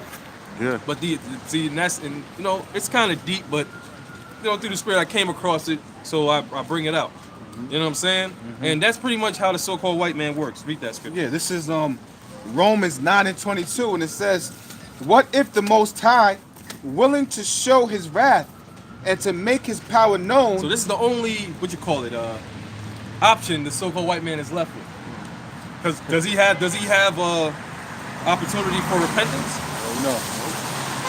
You know, and they know this. Spiritually, they know this. They don't want to accept it, but they know that, damn, we really don't, you know, after this, if this is all we got and we can't get nothing else, we got to destroy everything. That's it, yeah. We got to destroy everything. If we're not going to be able to, you know, enjoy our doing our wickedness forever, then we might as well, you know, destroy everybody with us. That's a good point. You know what I'm saying, bro? That's a great point. I was meditating. That's okay. You know what I'm saying, Art? Yeah. Go ahead, Art. Read that again. Yeah, I'm read it again. Yeah, I mean, it's a great point. This is Romans 9:22. It says, "What if the Most High, willing to show His wrath and to make His power known?" Now that's a question, right? Yeah. Now let's answer it. Yeah, it's a question. Yeah, Is the Most High willing to show His wrath upon Esau? It's all throughout the scriptures. So what's about to happen? That wrath is about to come upon his ass, man. Go ahead, Art. It says, "Endured with much long suffering the vessels of wrath fitted to destruction." So this is the so-called white man. The Edomites' only option is to destroy us physically, all right, and mentally, to where you know everything is just gonna fall in line, so to speak, for his own purpose. You know, like I said, the so-called white man is doing so much shit to mess with our bodies and everything, man. You know what I'm saying? Like I said, there's a thing called the circadian rhythm, man. He's trying to mess up the rhythm that your body naturally has, man. Yeah. All right? 5G thing. Con. That's right, Doc. Hey, and another thing about the video on that too, circadian rhythm, it deals with different aspects. Like, for example, daylight savings time. Okay. You know, they put the clock they do, back. yeah, they that do, fucks up your circadian rhythm. That Wow. fucks up how you function, because you changing the time back an hour or forward an hour. Now your body has to adjust. Yeah. Right. That's why you feel sluggish and weird. Not only, but yeah, mainly your body, but what is it mainly is your mind, because your mind, everything deals with, you know, how your mind works, man. Yeah. And this is all, yo, bro. This devil.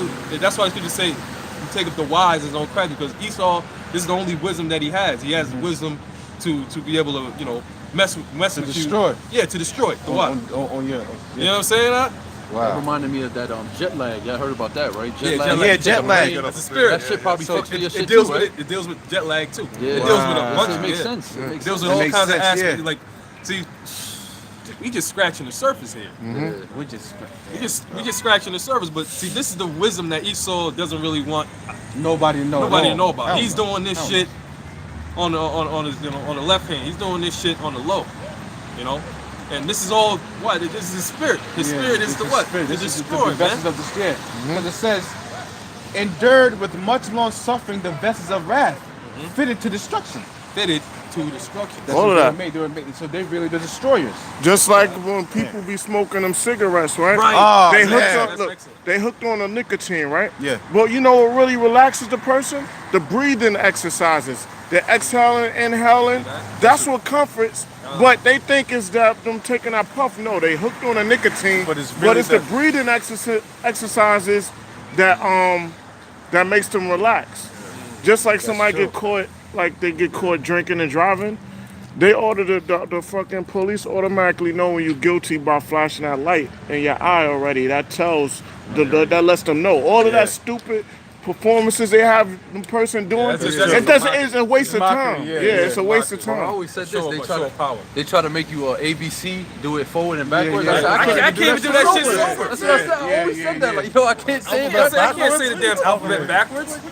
I got caught up in one of those. little system. That shit is crazy, bro. You know what I'm saying? It had me doing it. Yeah, that's what I'm saying. Like, you can't even do that shit when your mind is, you know. So imagine I if- got caught up with that, Jerry. That's not a true way to tell, you know. I got a scripture real quick.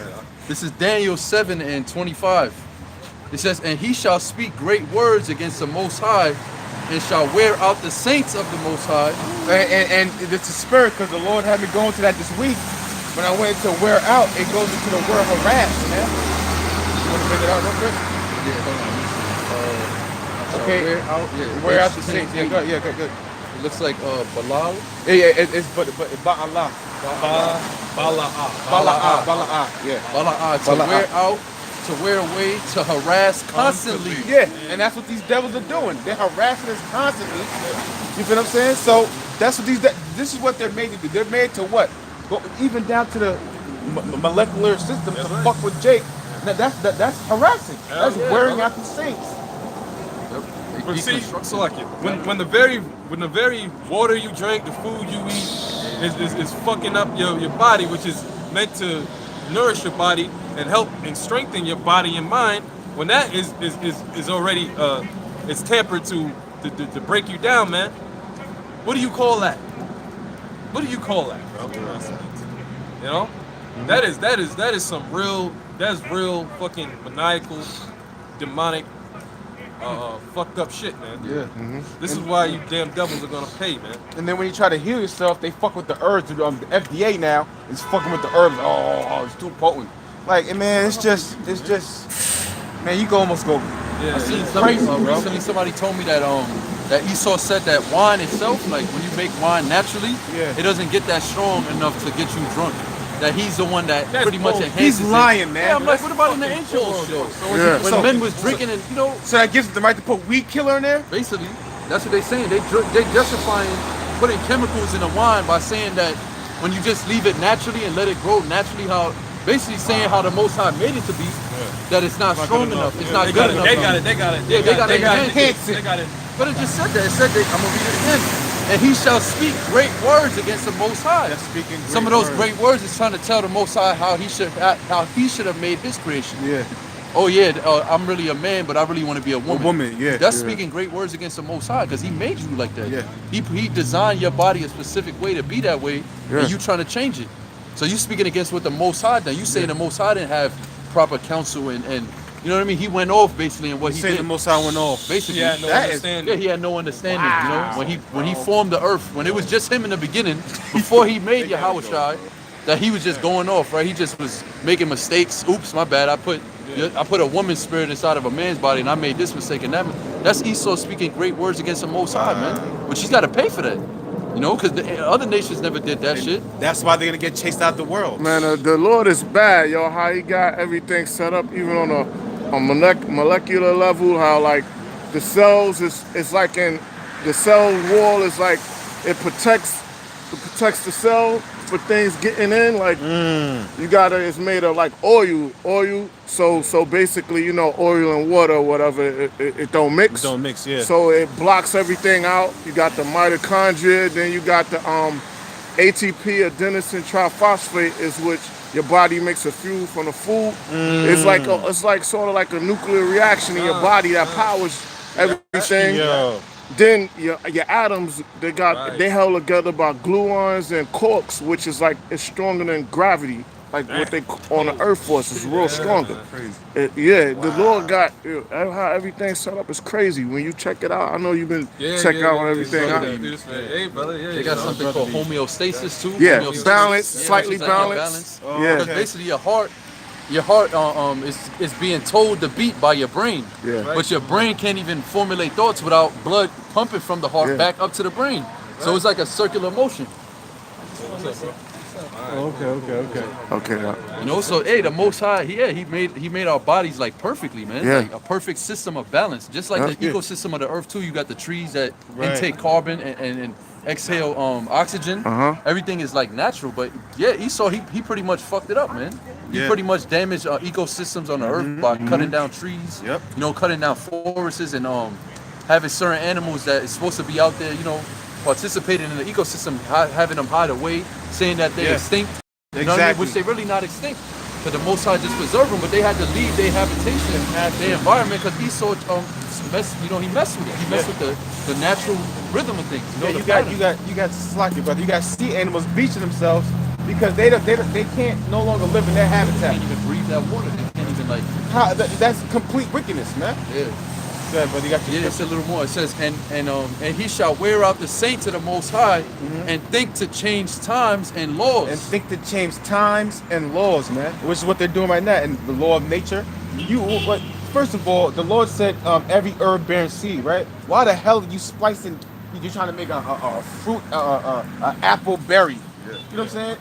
On a tree though. Yeah. Yeah. When I seen that, I was like, yo, this devil has to go, man. You're doing things. You have a liger, you have a tiger, and mixed with a. And they can't even reproduce and after they that. can't Once you make reproduce. one, it just can't reproduce after that again. So it's not meant to be. They're not of the same kind. You see? And then going to the times. I don't know how far this devil could reach, but you're trying to with this CERN thing. You're trying to fuck with a time in existence. But the Lord's like the Lord put you in certain bounds to where you can't even fuck with, man. So at the end of the day, you just have to go. Yeah. All right. At the end of the day, you have to go into captivity, and you're gonna get wiped out. How are you gonna get wiped out? Matter of fact, let's get Obadiah because we know that you're setting up a case against us. At the end of the day, we're not speaking out of our own words, man. We're speaking out of the scriptures, man. Okay. And you see, once we said that, they shut us down. At the end of the day, this is serious stuff, man. You don't want your face caught up in the camera, man. I gotta You finish feel what I'm this, saying? bro, so it can segue right into that. Yeah, go on, It's gonna brother, go. segue perfectly. It says, and they shall be given into his hand until a time and times and the dividing of times. So that means the power that Esau got over the laws and the seasons to change shit, to change daylight savings, to have vehicles zapping across the earth so fast that by the time you get to the next part of the earth, you in another time zone. Your whole, like the brother was bringing out, that whole system of your body just jacked up, man. Esau was given that power for a time and a dividing of time, man. And is it coming to an end? And that dude left because you said that we being watched, right? He got Which is true because I remember I didn't pay my phone. Wait, hold up. I didn't pay my phone bill like last month before the 1st of February, all the way up to yesterday. I paid the bill. So when that happens, the feds is watching your shit. They'll keep your shit running. My shit ran past a month. Why they kept it running for? Ran past a You know what I'm month. saying? I was still getting internet usage, Right, why? everything. Because they trying to So build the why? case Because against you for they the video. watching me.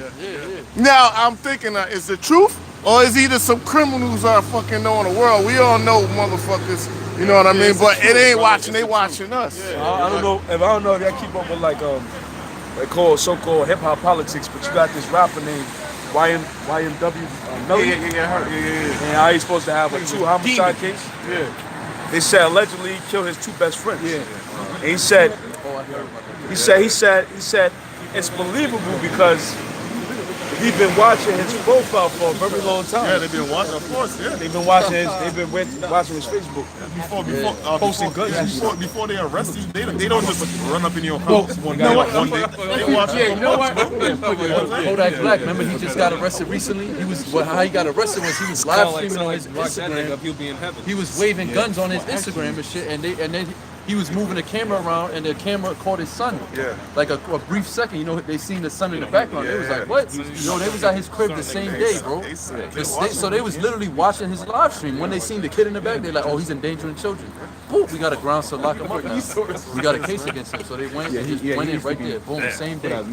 They didn't wait a whole month for that. They just went on the same day because they watching him. And he's smart too. Obadiah 15. Yeah, or I think he wanted. Yeah, just bring out 16 then. This is Obadiah. I might eat this. This is Obadiah 18. It says, "And the house of Jacob shall be a fire, and the house of Joseph a flame." Yeah, that's the kingdoms coming back together. The southern and the northern kingdom of Israel. The house of Jacob being the southern kingdom, Judah, Benjamin, Levi. The house of Joseph being the northern kingdom. All right, Ephraim, Simeon, Manasseh, so on and so forth. Gad, Reuben, Naphtali. Zebulon, Issachar, the tribes is coming back together, man. And it said we're gonna come like a flame. It said Jacob, read it one more time. Jacob It is says, flame. "And the house of Jacob shall be fire, and the house of Joseph a flame. and the house of Esau for stubble. Yeah, so if we're gonna be a flame and we're gonna be a fire, and Esau is gonna be stubble, what does that mean? We're gonna be destroying you devils, man. We're gonna be putting you to death, all right? And that's literal and that's metaphoric, you know, because we actually gonna be burning you devils alive too, man.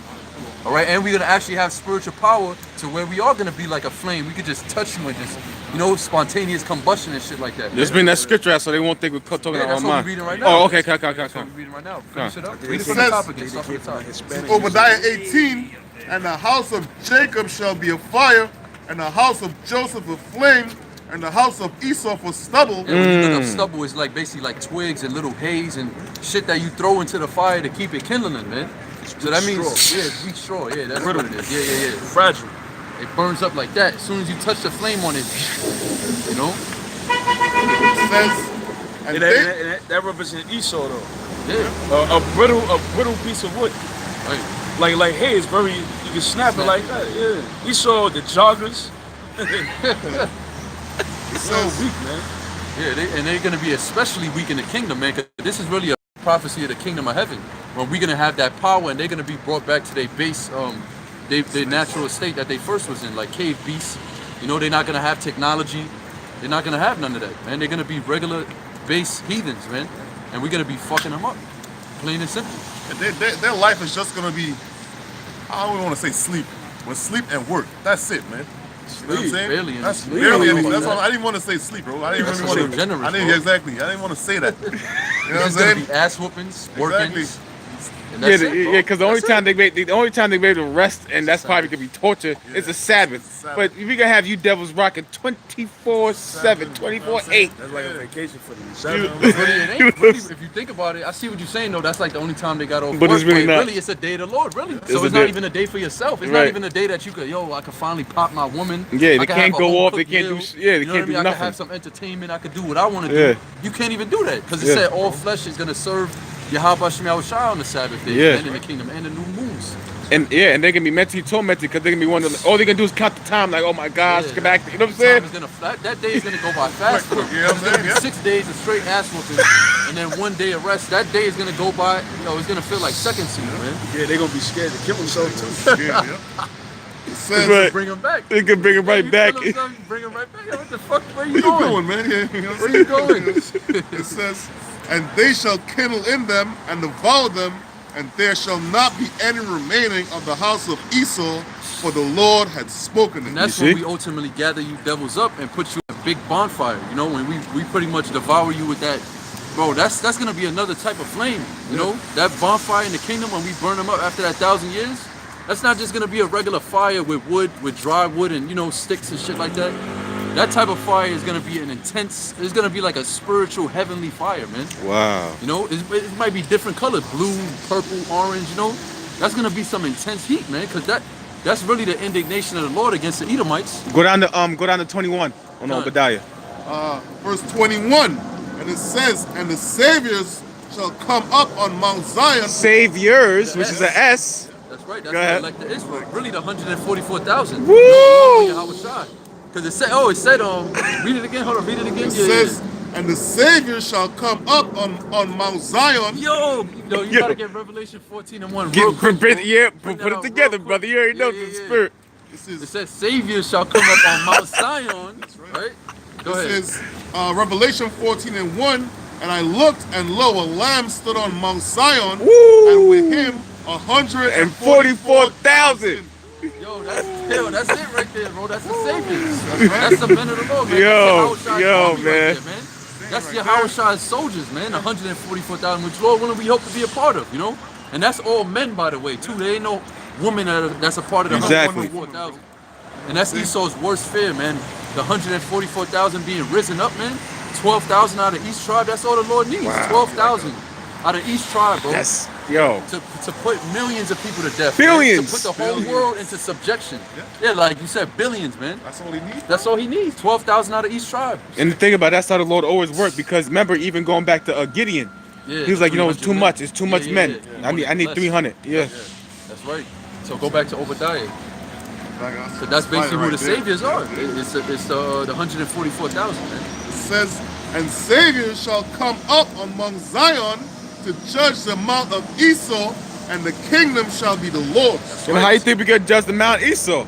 We go listen. We're gonna basically, if anybody knows Dragon Ball Z, all right, you're gonna see the southern and the northern tribe power up on some Goku, you know, fusion. We're gonna fusion, fusion.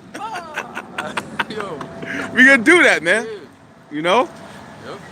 We're gonna fuck you devils up, man. We're gonna judge you, and all the judgments of the scriptures are against you, so-called white people. Every single judgment that's written in this book is against you because you took in the covenant. You took the covenant upon yourself when you took this book and you made it the law of the land. You know, in 1983, Ronald Reagan, he declared the Bible as the law of the land. When you call yourself the Jews, when you went up into the land of Israel and said that you were the Israelites, the people of God, now you got to be judged by everything in this book now. And you broke every single law, statute, commandment in here. So we're going to judge you as the Mount of Zion, the 144,000 the elect, all right, Yahweh Shai's men. We're going to judge you according to the scriptures, man. Which means we're going to be putting you to death in all type of ways, man. Yeah. All type of different ways, man. We're going to have that spiritual power. We're not just going to be cutting your head off in the kingdom, man. We're going to make you fucking suffer, man. I'm going to let that shit pass. Yeah, that shit pass. Satan.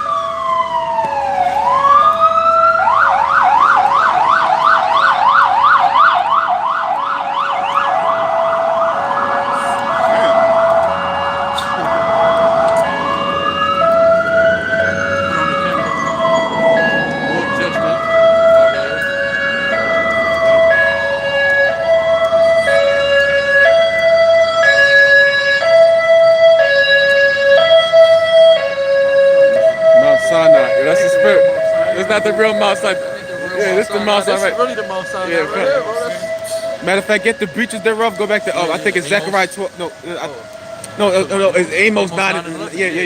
Amos 9:11. This is Amos 9 and 11, and it says, "In that day will I raise up the tabernacle of David." Yeah, what day is it speaking about? It's really talking about right now, man. You got the brothers coming together at the camps. You got myself, I'm a so-called Puerto Rican. I'm standing next to a brother that's so-called Jamaican or Trinidadian, a Benjamite, and I'm an Ephraimite. Yeah. Brother right here, Judite. You know. No, he's Benjamin. It's Benjamin. Hold on. I don't know. You know, the kingdom is coming together. The kingdom is coming together, man. Because at a time there was a split in the nation, man. Yeah, there was actually wars in the nation, man. Yeah. Jeroboam fighting against Jeroboam. Exactly. And the different kings of the northern kingdom actually going and killing southern kingdom, man. Exactly. There's mad stories of that in the book of the Kings, man. Yeah. But I'm Judah, but Elder Gad, man, he kicked me out and said I was Levi, you know. Yeah. Might be. And another thing too. This is why these devils are so mad, is because they're seeing the southern northern tribe. We actually are in love with each other. We love each other, and they hate that. Yep. And that's how you know you can see Yahweh Shai within the men of the Lord, Yep. because Yahweh Shai said, he said, this is how you know that you're my service indeed, by the love you have once towards another. right. You know, and we love each other, man. We love each other so much that these people can't even comprehend, man. They don't. And that's why when they see us in the street, you know what I'm saying, like we're in a group together, to be like, yo, what's up trying with to these figure guys? it out, yeah. Like, who are these guys, man? Yeah. You know what I'm saying? Because the love for each other, bro, it's like a different type of, It's you a- know what I'm yeah, saying? Listen, yeah. bro, I'll be keeping it real with you. My blood brothers, I'm not like that with them. Yeah. I'm with the brothers, bro. And if Same we have a dispute, that shit is squashed and we Immediate- and yeah. that shit is nothing. It's nothing. It's, Yeah. I don't mean to say it, but that shit is meatball. We over that. It's nothing. Yeah, and that's another reason why they push this narrative. Because I was listening to a video today, they keep saying black Hebrew Israelites, black Hebrew Israelites. Every time I hear that, bro, I cringe, bro. Cringe, yeah, it gets me Yeah. mad as hell. Yeah. Go ahead, brother. Yeah, that's why they trying to push it, because, hey, man, they trying to push it like it's some type of black movement, when we constantly say, man, the Israelites are the so-called blacks, Hispanics, and Native Americans. And this man. this is how we know, and it's like this is how we know it's some Coldplay, because like I was saying before, and I'm gonna do a video on that too. How you gonna call us black Hebrew Israelites when most of the tribes are northern kingdoms? I mean, most of the kingdom is the northern kingdom. There's only 3 of the Negroid kingdoms, man. So what are you talking about, black Hebrew Israelites? But we know, CC, but we're not ignorant of Satan's devices. We know what you're doing, Esau. Because by you saying black, that what's that bitch name? Caitlyn, whatever. We know that's code word for the Southern Poverty Law, man. Going back to what? The King Alfred plan of Rex 84. We know what it is, man. We know Project Megiddo and all that stuff, so. Go ahead, brother. Yeah, finish that up. This is From the Amos. top again? Yeah, this is Amos 9:11. It says, "In that day will I raise up the tabernacle of David that is fallen, and close up the breaches thereof." Yeah, because in the time of David, you see, the kingdom wasn't split yet. The kingdom split after Solomon died. The kingdom of Israel, because in the time of David, it was actually one kingdom. It was all the tribes together. Yeah. And he was ruling over all of over the whole nation of Israel. You know, King David. That's why I said when we get back into our land, we shall have one king. I think that's Ezekiel 37.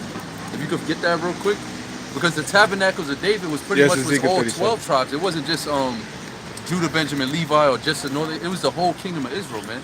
So the Most High is raising up the tabernacles of David, which is the elect, all right, of the 12 tribes of Israel, man.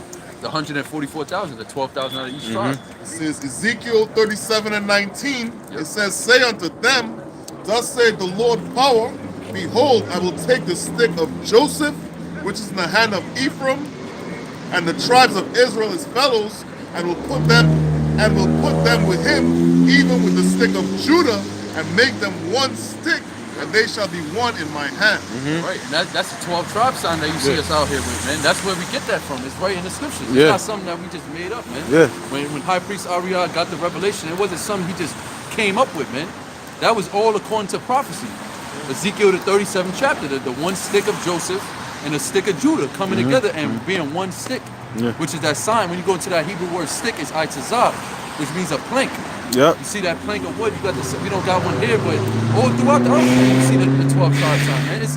That's popular right now, man. Yeah. That's already famous, that 12 tribe sign. Everybody should know about that by now, man. Exactly. You wanted to say something? Yeah, I was gonna say too. When you go into it, when you go into the book, The Lost Tribes in the Promised Lands, when you go into Christopher Cologne, he came with 2 Hebrew interpreters. So that's how you know the northern tribe were Israelites. Yep. You know what I'm saying? He came with 2 Hebrew interpreters. And matter of fact, I think he met up with Ephraim first, and Ephraim led him to the so-called Seminole Indians and the Reubenites and the Gadites. But he ran up on Ephraim first, and Ephraim's when the Hebrew interpreters spoke to Ephraim, they spoke to him. They said Shemai. You know, I forgot how you say that again, but they basically spoke to him in Hebrew, man. All right, and then Ephraim was telling me, he's like, "Oh, we got brothers in the other islands." So listen, man, the cat is out the bag, all right. And then even I got this book called the Brief Account of the Destruction of the Indies by Bartholomew de la Casa. That was a dude that was with Columbus. That was another Edomite that was contemporary with Columbus, another Spaniard.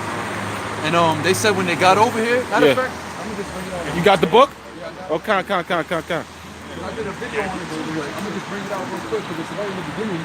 It's gonna prove what you just said. They knew that we were the Israelites when they got over here. It wasn't no them getting lost at sea and yeah, I'm gonna show. Just put it on the camera. They didn't get lost at sea, all right. He wasn't looking for India. That was not the goal, man. Like the brother brought out, they had the book of 4th Esdras, which was second Esdras today, but at that time.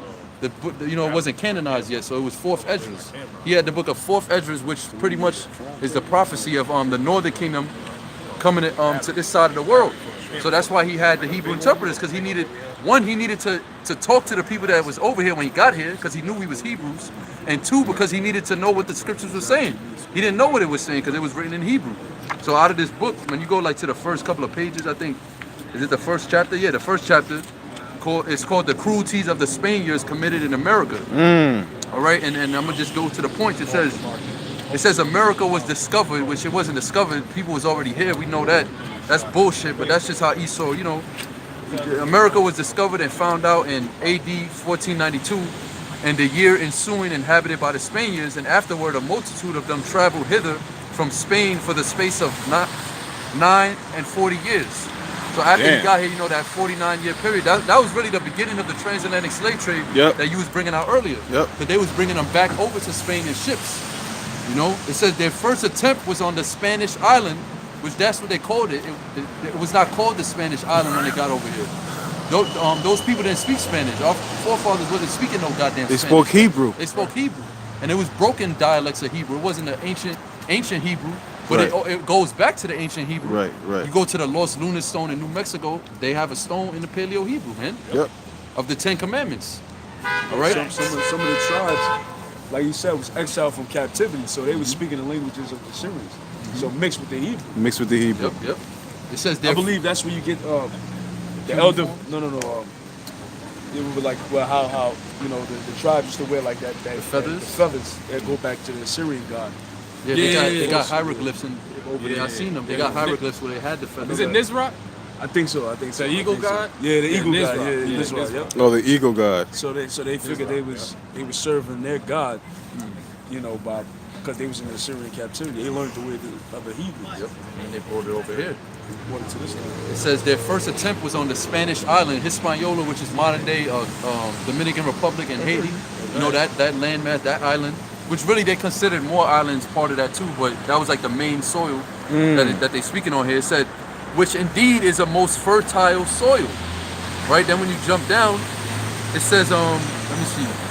Actually, I'll just keep reading it. It says, and at present in great reputation for its spaciousness and length, containing in circumference 600 miles, nay, it is on all sides surrounded with an almost innumerable number of islands, which we found so well peopled with natives and foreigners that there is scarce any region in the universe fortified with so many inhabitants. So they said that when they got to these islands, there was more people on these islands than anywhere in the universe. That's how they perceived it. They was like, yo, there's so many people here. It's like if the Most High just took everybody in the universe and just put them on these islands. So my question is, how the hell did Christopher Columbus discover anything? Exactly. That's a Wow. fucking lie. Yeah. That's a bold-faced lie that we've been taught in these fucking fool systems, man. That's right. Now you mean to tell me the so-called white man ain't the damn devil? That shit is crazy, bro. And that was just on an island, bro. That was on an island and a few other islands. We're not even talking about North America, Alaska, Oh my Canada, God. and South America. That's right. Go ahead, bro. Don't forget this. Oh yeah, Central America. Central America, Panama, Nicaragua. Yeah. You know, I think Puerto Rico is part of the. They call them. I guess they call them the Indies, right? Yeah. They call them the That's Indies. part of this too. Yeah, that's part of Yeah, this it's too. pretty much Central America, same thing. Dominican You wanted to Republic. say something on? All right. It says. Yeah, they pretty much damn had cities in the islands, man. Yeah, cities there.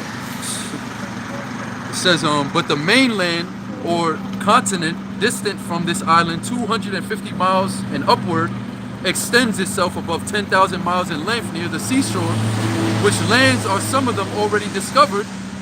So this is what this is the devil, man. He's saying that some of the lands was already discovered. There was already a civilization here when you got here. Exactly. How the hell was you saying some of it was discovered and you discovered the rest, man? That's fucking bullshit, man. Those tribes had boats. They was going from island to island. They was going to North, Central, South America, man. They already had an established system. They had riches. They had gold. They had resources. They were surviving on the land. They were healthy.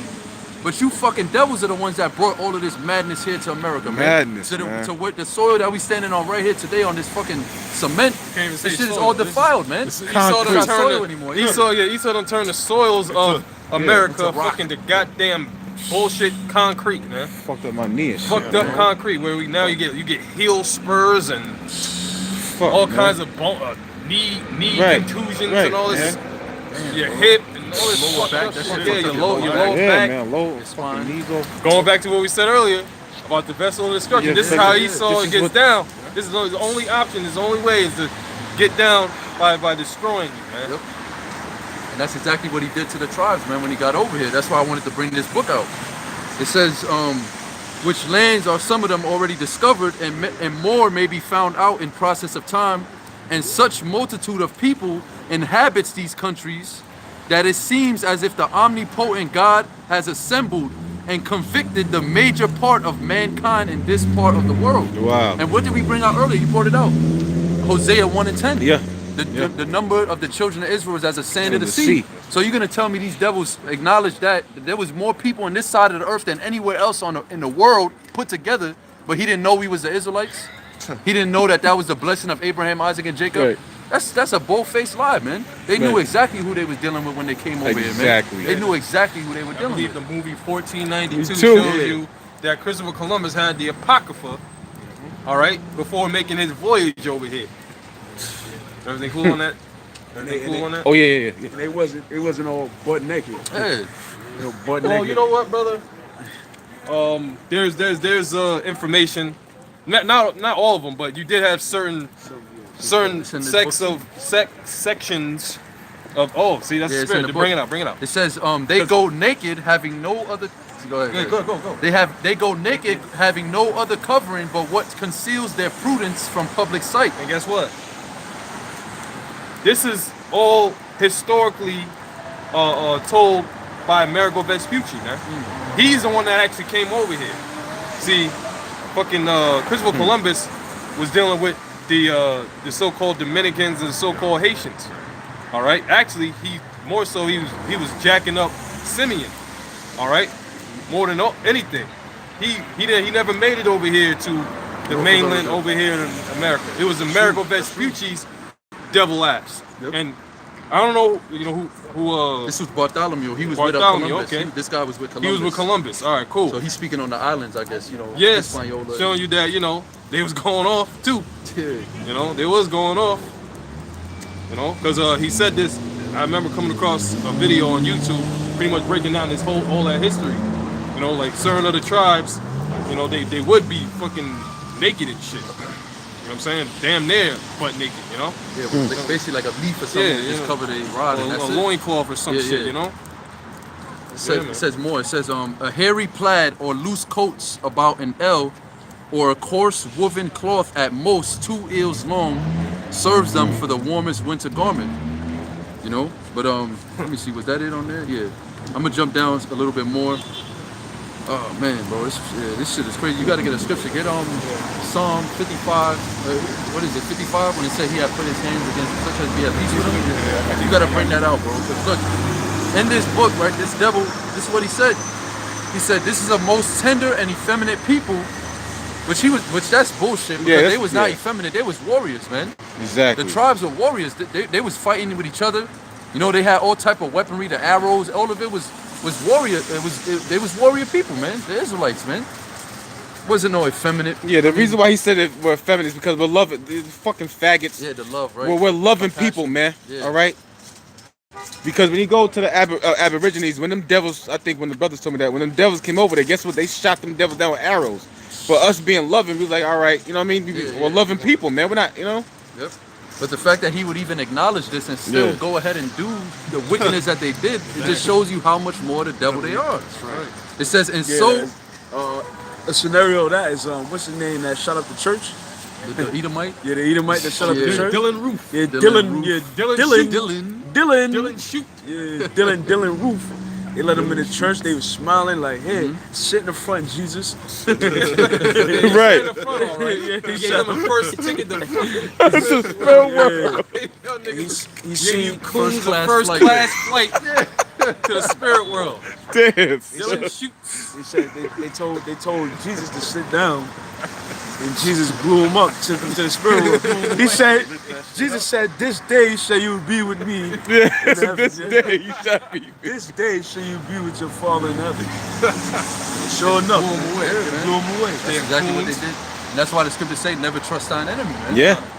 You know, they trusted the Edomite, the same one that put their ancestors in slavery, that hung them, that beat their ass, and they put that nigga like you just sit down in the front, Jesus, you know. They gave him the top seat in the church, and he fucking turned around and killed all you niggas. Blast them niggas. Which is a Jesus righteous roof. judgment, man. Really. Dylan what? Dylan Jesus roof. Oh, It says, and That's how so they look at it. imbecile and unequally balanced temper. I'm gonna read that part again. This is a most tender and effeminate people, and so imbecile and unequal balanced temper. So they said basically we wasn't even angry enough. Like we had an unequal balance of our temper was unequally balanced. Meaning our people wasn't getting mad quick like Esau. You know, he's a fucking madman. You know, yeah, you make fun of him and shit. You know, he's school shooters and shit. You know, the reason why they shoot a school is because a girl rejected them, or you know, they have an ill temper, man. They are violent people by nature, but our people, we're more compassionate. So they acknowledge all of this, man. This is proof that we're the Israelites. It says that they altogether incapable of hard labor, and in a few years a distemper or other soon expire. This was the point. Jump it down. It said the Spaniards first assaulted the innocent sheep. The Spaniards, the Edomites, first assaulted the innocent sheep. The innocent sheep, you see? So bring that out then real quick. This is Psalms. Sheep. The innocent sheep. And the scripture does call the nation of Israel the sheep. Come of the on, Most they High. knew. So they knew exactly what they was dealing with, man. This is Psalms 55 and 20. It says he had put forth his hands against such as be with. Said he had put forth his hands against such as be at peace with him. He had broken his covenant. Yes, such as be at peace with him. Isn't a sheep a peaceful animal? Yes. He said the Spaniards first assaulted the innocent sheep. He had put forth his hands against such as be at peace with him, man. We entreated them. You know, they was teaching them how to live off the land, how to survive the harsh winters. They was giving them remedies for their stink. Because when these Edomites came over here, it's not in this book. I think, I forgot which elder brought it out a while back, like a few weeks ago. He brought out a book. I think it was Elder Tazadakia. He was going into how, Tazadak Ba, he was going into how basically all that armor and all that shit that they had on them, they had like a foul smell following them. Like everywhere they went, they had so many layers of armor and different wools and, you know, the brigadine and all of that. We encountered one of those back when we was at 34th Street. It would be Esau with the big bed, and you smelt it from down the block. You know what I'm talking about. Oh, You know- yeah. you know what I'm talking I about. know you're talking about. Yeah. He used to walk around with like no shoes and Yeah, shit. no shoes on. Yeah. It's like a blonde beard. Yeah. Yeah, blonde beard. Also, Pussy smell. Yeah, also, also one of the elders brought up too that when these damn devils was coming off the boat, they had something called they had lack of vitamin C, so they had something called scabies or scurvy. All right, which was because of lack of vitamin C, and guess who helped? Guess who told them that gave them the antidote? Yep. All right, our brothers, man. Yep. All right. That's right. So hey, you gotta pay for that, Esau. Yeah, yellow teeth, rotten mouth. Yep. Stink mouth. No, Yep. I think I read or I watched a video, man. These Edomites, man, they used to take like a bath like once a day or something like that, man. Or they felt Nah, like it wasn't even that. Nah, they didn't take no Like, bath. it was like- Nah, they didn't take no not once bath. a day, I mean a year. Dad was doing well, the Salakia. tribes were doing Yeah. it 3 times a day when he Once got a year, over here. once a year, Salakia, once a year, Salakia. Once I a mean, year. you know what I'm saying? Yeah. There's Who, Esau? information. Yeah, There's information that pretty much the regal jakes of Europe, them damn Edomites that they had as serfs, they had to teach them how to damn take care of themselves, the hygiene. You know what I'm saying? Soap, you take the washcloth. Exactly. Soap on the washcloth, scrub. Talking They like had a to little teach them child. that. Yeah, Nah, but to this day, they still don't use wash rags. they don't. They don't use wash rags. What's his name? Martin did a comedy about that. Sheena was like, "You don't use a wash rag." Oh yeah. Yeah, man. Read that again, bro. It says, How do you clean yourself? Psalms 55 and 20, he had put forth his hands against such as be at peace with him. He had broken his covenant. Yeah, so they came over here with a covenant of peace. You know, we just want peace. We just want to dwell with you on the land. You know, we want to share your resources and stuff like that. But really, all they wanted to do was just take the whole land from them, destroy them, pretty much eradicate them from being a people, you know, and take over their spot, man. That's all they wanted to do.